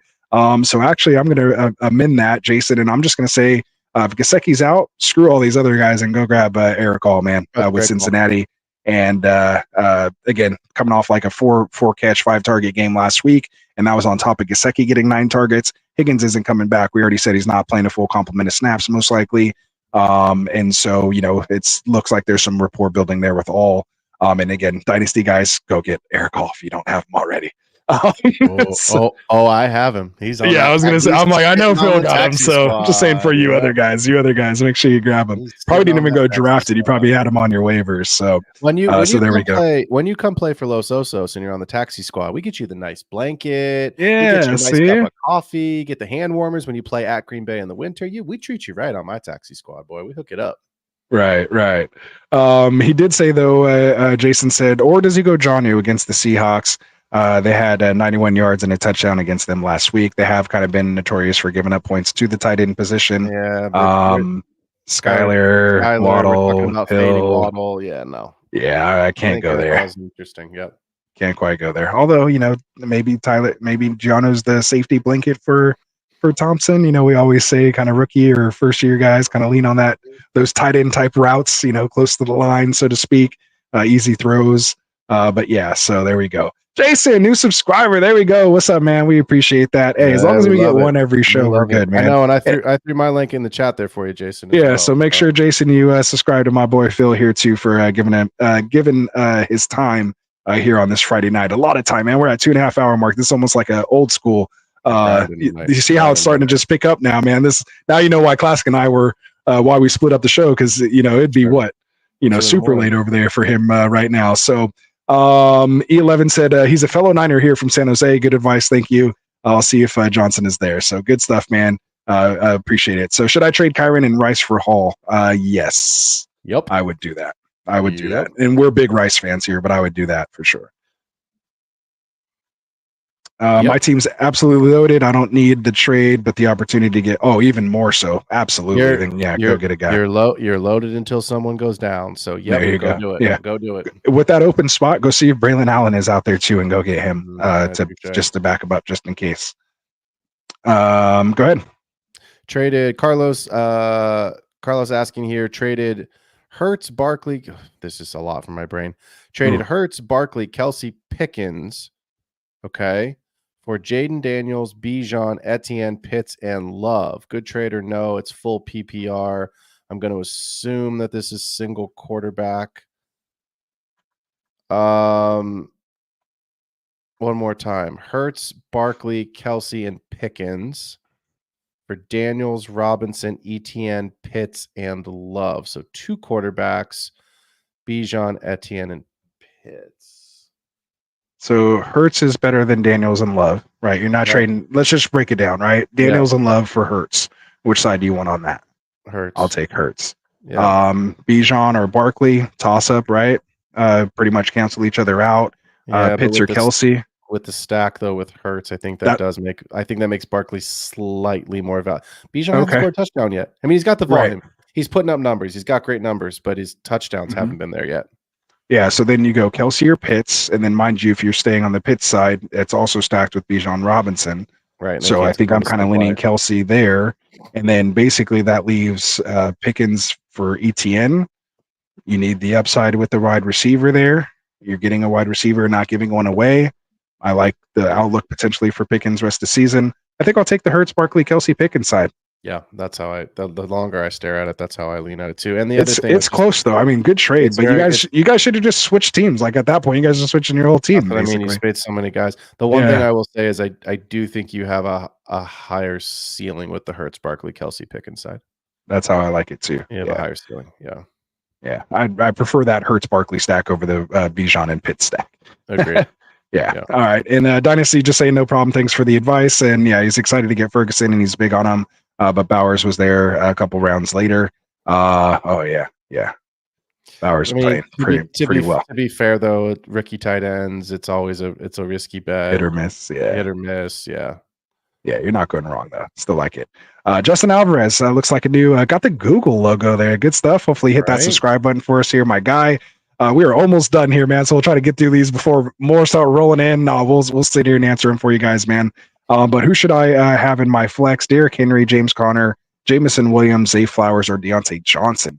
That's a nice squad if this is who you're deciding between your flex spot. I'm kind of filibustering here to give you, Phil, a little more time to take this one in. But who you have ranked the highest? If it's full PPR, I'm taking Jameson Williams. Again, we've seen so much from him, the usage, the targets, the involvement. Amon-Ra had a shitty week 1. He had a much better week 2. To be fair, the Lions haven't really got going yet the way we expected them to. They will. I think this could be, again, against Arizona this week with a shootout potential. This could be a great get right spot for the team of the Lions. If it's half PPR, I probably lean Derrick Henry just with the touchdown upside there. It's still close for me. I'm not feeling Connor, huh? No. I was just 20, say coming off 20-point games, basically 19 point something. No, but if he's not hurt, I still might take Jameson Williams and just stay in the flames with JMO right now, man. Like his usage has just been we've waited so long for Jameson Williams to be the guy. Well, he plays for Detroit, but I don't know. I see what you mean. So if I had to rank these guys in this, in their current matchups here this week, I have Connor as my RB9 this week. I still like Connor in this Detroit game. Again, I just want a piece of this game. I think he'll score, and he does get worked in the passing game. He's not completely useless in the passing game. Then I'd go JMO, then I'd go Flowers, then I'd go Henry, and then I'd go Deontay Johnson. So that's how I would rank them. Johnson's out for me, and Flowers is. I love the I mean, I like Flowers. Like I have him as a start, but you have like way better options. I'll put him ahead of Henry for sure. But yeah, so good stuff. So you there? What's your rank? Go ahead and rank him. Well, I have gun to your head. I have Connor as my RB11. I have him one spot behind Derrick Henry, but now I'm rethinking that because of Dallas's defense. In fact, I'm going to make the change right now. So I have Connor. I have Henry as my RB18. I actually would start Kyron over Henry this week, man. I'm not feeling you're it. Way out on it. Yes. But you just got slashed for 41 points, and the running back just went for 4 touchdowns. I guess so, but man, I don't know, man. I think it's a Lamar game. That's why I have Lamar as my Lamar as my QB1 this week. All right. I think he just goes crazy. He was calling someone out, and it could have been Henry. Who else could it be? That's true. You may have. It's JMO in full PPR, and you may have just talked me into James Conner in a half. All right, JMO's going to be in consideration. Put it this way: I'm going to click the button at 9:59 a.m. when the literally just keep switching back and forth, and whichever one locks in. Flip a coin or let my daughter put somebody in and set the last player in my flex spot. So man, it's tough. Hopefully that helps you out, Justin. For sure. I'd say this way: if you need more of a 4-play, again, we should always be shooting for upside, but like. If you're just looking for some solid points out of that flex, James Conner, I think, is the choice. If you want like skyrocket upside, then Jameson Williams in that shootout. So that's where I'll agree with you there for sure. But yeah, I think it's definitely between Conner and Williams for me. So yeah. All right. So we got Ryan here. Again, Justin, hopefully you hit that subscribe button for us, man. We'd appreciate it. But we have Ryan here saying, should I trade Gibbs for Mason and Pollard? Absolutely not. That's a hard no for me. 0%. All right. I wouldn't trade Gibbs for anybody. Yeah. So, Achan, Gibbs, Bijan, and Mason. He has to bench one. Dang, Trez. Man, that's your squad, dude. Good job. You are probably. It's like 4 of my top 10 backs. Like that's 4 of my top 10 backs this week. Well, I'll just check. I know what my answer is, but I just want to check and see if my rankings agree with my own assessment here. Ooh. I think he's trying to test us, man. Trying to test our loyalty here. Trying to test our loyalty. I have Mason as the bench. I have these 3 guys ahead of him. I do too, but I now realize. So here's my rankings. I have. Wow, that's close. I have Bijan at RB1. All right, what else was the question? Achan, Gibbs, and Mason. I have Achan at 4, Gibbs at 6, and Mason at 7. So I am Bijan at 4, Achan 5, Gibbs 6, and Mason at 10. Okay. Well done, Trez. Well done. Yeah. So the bench was right with the rankings. We're good. For sure. Justin, he said, thanks for the advice, and he subscribed. Let's go, my guy. Let's go. Hopefully through my guy here, Phil is subscribe as well, too. So we'd appreciate that. I mean, maybe he's watching on your channel. I don't know. But hopefully, there you go. Make sure you go through my guy too. The links are all in the description. I'll refresh the page and see. There it is, man. We'll see. Not quite yet. For sure. Good stuff. We have Sal here saying PPR he traded away right when we thought we were done, man. We got like 20 more questions popping. This is crazy. We love it There though, we but go. it's crazy. We might have to go hard out at like 3 hours. So like we'll get through as many as we can. I don't know if I can go longer than that. But Sal says PPR traded away J.K. Dobbins and Garrett Wilson for Jamar Chase and Jalen Warren. What are your thoughts? Good job. Well done, man. You must have been watching our buy sell trade show on Wednesdays. job. If not, that's when we do it. Jamar Chase has been my number one buy low target. You did it at just the right time going up against this Washington defense. I have him as my wide receiver one this week. Very well done. I need to check. Well, Jamar and he Chase. got the Warren. And that's the thing is most people would just go Dobbins and Wilson for Chase. I love that he got Warren back in that deal. Like that's so Agreed. underrated to me. So Agreed. well done. Well done. Justin said one last question. Because you're a new subscriber, we got you, my guy. This is what we do. So I keep hitting the wrong button and bringing up a whole other screen here that takes my question away. So one last Jamar question. Chase is I got the a Monday night game. Sorry, Ooh, what I really- happened? well, because I wanted to see what Jamar Chase's price was in DFS. Because I was like, why am I not? he's the Monday game. Because he's not my high. I was like, why do I not have any exposure to? And then I was like, fuck, it's the Monday night game. That's why he's not on the Monday main. game. Okay, not the main slate. Damn, that's a shame. Good stuff. That's good right. stuff. That might be one of those DFS captains lineups for that game. Right. Where I might have Yeah, to for captain sure. that. Just Chase isn't the Alright, captain alright. for sure. I'm expecting 2 touchdowns, like 130 yards. Like let's go. Might be. Yeah, on like 15 targets and 10 catches. Like feed the man, give him his money. All right. So one last question. He says, I got an offer for Derrick Henry, Hunter Henry, and Deontay Johnson for Saquon and Dak. You think that's good? He's getting Saquon and Dak. If you're getting like we're taking the Saquon and Dak side, at least that's what I'm taking. That's the stronger side. So if that's what you have, do not take the trade. If that's what you're acquiring, you smash that button and leave here, hit accept, and then come back and check out our outro here. Mhm. So there we go. Trez just said it's a good test, but I do legit have a team with those 4 guys on it. So yeah, I thought you were putting my loyalty to Mason here to the test, my guy. So this looks like it's going to be the last one, unless we get another super chat here after Gabe. We are going to call it a night here. Let's go. Jason said he subscribed everywhere. That's what's up, my guy. We appreciate that. And again, we promise we'll be bringing you some good content here throughout the year. And let alone when we get in the off season, wait till we see what we do then.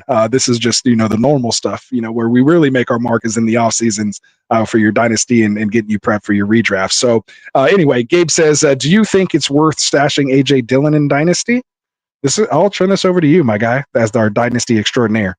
No, I think AJ Dillon's done. At the end of the year, at the end of last season, they actively shopped and went out and found Josh Jacobs. I don't think there's a world where AJ Dillon is going to come back in this team with Josh Jacobs on technically a 3-year contract, but there's ways to get out of it. But they've got Marshawn Lloyd. AJ Dillon's out for the year on IR. That's not going to help his cause at all. So no, I don't think it's worth stashing him. I'd go see if Carson Steele in a waiver is possibly on a waiver wire in some of your dynasty leagues. He's probably not, but I'd go look for him. I'd go pick up Tank Bigsy. Had such a poor season last year. It's possible he was dropped. I'm just trying to think if there's another name that's out there of guys that you could. Tyrone Tracy is not a name that's going to be relevant this season, but in dynasty with Devin Singletary really being the only guy there, it is possible that he gets a roster spot in New York next year, and we're not really sure what's going to happen because I believe off the top of my head, Singletary is on a 1-year deal in New York. I think it was like 2 year, but I think it was like one of those 2 years that's really a 1 year kind of a thing. Yeah, exactly. I think so. So those are some names that I think are probably deep guys in the league that possibly are still on your waiver wire that I would just drop Dylan and try to grab, another guy. And if you're feeling, we talked about Eric All on the show. Jordan Whittington's an interesting name. Like there's some other guys at non-running back positions in a dynasty league that are deep sleepers that are out there that are young rookies that could have a role. Taj Washington in Miami is another interesting name. If you're going to drop AJ Dillon, he might be on your waiver wire as well. I would go look at a player like Taj Washington in Miami. Yeah. And it kind of sucks though, because of course we are fans of AJ Dillon. If you guys went back and watch our intro, you'll see our boy has some great things here to say about Get Right Fantasy Network. So we're always rooting for him, man. I hope he does come back, and I hope he is a thing. because again, we appreciate him taking the time to give us the love. But yeah, man. So there we go. And Justin was asking, so what's the channel for the man on the right? Like this, we go the man on the right. No, I'm just kidding. So there it is, man. Right there, yeah. I know, right? So there it is on the screen, man. Just scroll up, you'll see it in the chat. But easily, you could just go into the description, and it's all there for you as well under the Get Right affiliate channels. So yeah, Extra Point. Make sure you get to our boy as well. Just like Jason said, he's subscribed everywhere. That's all of our affiliate channels, man. So make sure you do that. The Fantasy Football Tavern with Kindle, who was on our Part 1 show earlier today. And then, of course, Phil here with the Extra Point. And then we have, of course, Tycoon with the Fantasy Boardroom. And a couple of new shows coming for you guys as well, man. So we're continuing to grow, giving you as much content that we can. So while I was talking, of course, one more question had to come up, and I just can't end the stream without answering the questions, man. I can't do it. So Jesse, you will now be the last one. And just so you know, if you just popped in, make sure you hit that subscribe if you're not already subscribed, Jesse, because I said I wasn't taking any more questions unless it was a super chat, but we're here for you. We got you. So who would y'all start between Barkley, Achane, Gibbs, and Mason? That's almost the same question that Tresner asked. So how would you rank these guys? It's the same as we did that one. Oh, it was Bijan. It was Bijan instead of Barkley. So Mason's still the bench for me. I'm starting. Barkley to me is a strong play this week with no AJ Brown. I know he literally and figuratively dropped the ball last week to lose the game. But he's going to be on a vengeance. Yeah, but against New Orleans in the Dome, I have him as my RB3 this week. Hey, me too. I hope the Saints stay in the flames and stay hot because we know the Eagles can score points and their defense ain't great. So let's have a shootout. Let's go get some points there, Eagles and Saints. There it is. Yeah, so I have it ranked basically exactly how you have it written. Barkley, Achane, Gibbs, and Mason. A little bit of gap with Mason as my RB10, but Barkley, Bijan, Achane, Gibbs is who I go 3, 4, 5, and 6. Where do you have JT? JT, a little down on JT. I have him at RB8. I actually have Cook ahead of him. I just too. Okay, yeah, I have Cook ahead of him. I like Chicago's defense. I think Chicago's defense has been good. They won them the game the first week. Yes, they could have won them the game last week. So yeah, I think they're, I think they're making up for what Caleb is not doing. Mm-hmm. Poor Caleb. Yeah, the only one I might change here is I have Etienne behind Brian Robinson Jr. Maybe I throw Etienne ahead of it. I just wasn't kind of feeling that Jacksonville offense when I was doing my rankings. But maybe after answering all these questions, I might slip him ahead. Maybe I got a little too bullish on B-Rob, so we'll see. But Jesse, we appreciate it, man. Hopefully you hit that subscribe for us, man. So yeah, I said thanks, y'all. So we appreciate it, man. Thanks for checking us out. So I'm going to give the floor to my guy here really quick, so he can tell you again who he is, where you can find him, and of course what he has going on his channel. So let me get this banner off here for you. Give you the full screen. Go ahead, my guy. Let's do it. Yeah, so you can see up in the right-hand corner, the Extra Point. That's me, Phil Ruskin. We will be live every Thursday night during the season at 4 p.m. doing some DFS and over-unders, higher lowers, player props. I'll take you right up until game time for Thursday Night Football. I am adding a new show starting next week. I will be going back to my original content where we're going to be going through dynasty trade outlooks, buy lows, sell highs, what you're looking at in a redraft league, but still with the dynasty perspective. That will be Wednesday nights at 6 p.m. Pacific time. Then, of course, you can catch me here with Rasta every Friday night going through our sit starts, breaking down the game slate for you as a part of the Get Right Fantasy Network. I am a writer over at Dynasty Pros Football. You can check out my podcast content on Patreon and Spotify. And if you're interested in some written content, jump on over to dynastyprosfootball.com and you can check out some of my written articles there as well. Message me on Sleeper at P. Ruskin. Any questions, any content that you want to see or hear on the show. I'll obviously do all a live Q&A like we do here tonight, answering your questions.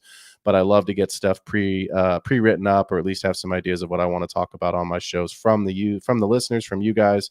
So message at P. Ruskin on Sleeper, and I will do my best to work your questions into the show. For sure. Well said, my friend. Well said. Again, we appreciate you. A great addition to the Get Right Fantasy Network. I don't know how I got so lucky to get you and Kindle here with us, man, but you guys just came in and fit like a glove for what we want here. to give this advice here to the people, man. Have fun with it. Love the work that you guys put into it, man.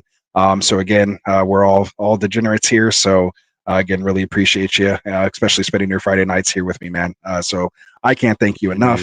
Brother. For sure. So yeah, enough of that show of emotion. But yeah, so make sure you guys are supporting these guys like we talked about, man. Their links are down in the description. So again, like we said, we'll be back here Sunday morning. So anything, if you do have last minute questions, or if you're watching this, didn't catch it live, and you want to get your question in there, come see us on Sunday. We'll be here live. Classic Mike will go through the active and inactive list with you and get your lineups right before kickoff. And then, of course, we'll come back, do our waiver wires Monday, trade talk on Tuesday, and, of course, Phil's shows and everything else all in between. So a ton of content, so make sure you have those notifications on from all of us here at Get Right, man. Let's get out of here before we hit this 3-hour mark, man, for Dustin, for Frank, for Classic Mike, for Tycoon, for Phil, for Kendall, for me over here at Get Right, man. We appreciate you guys. We'll see you. Good luck. Take them down. Let's get this week 3 under our belt. Have a good one. See you on Monday. Peace.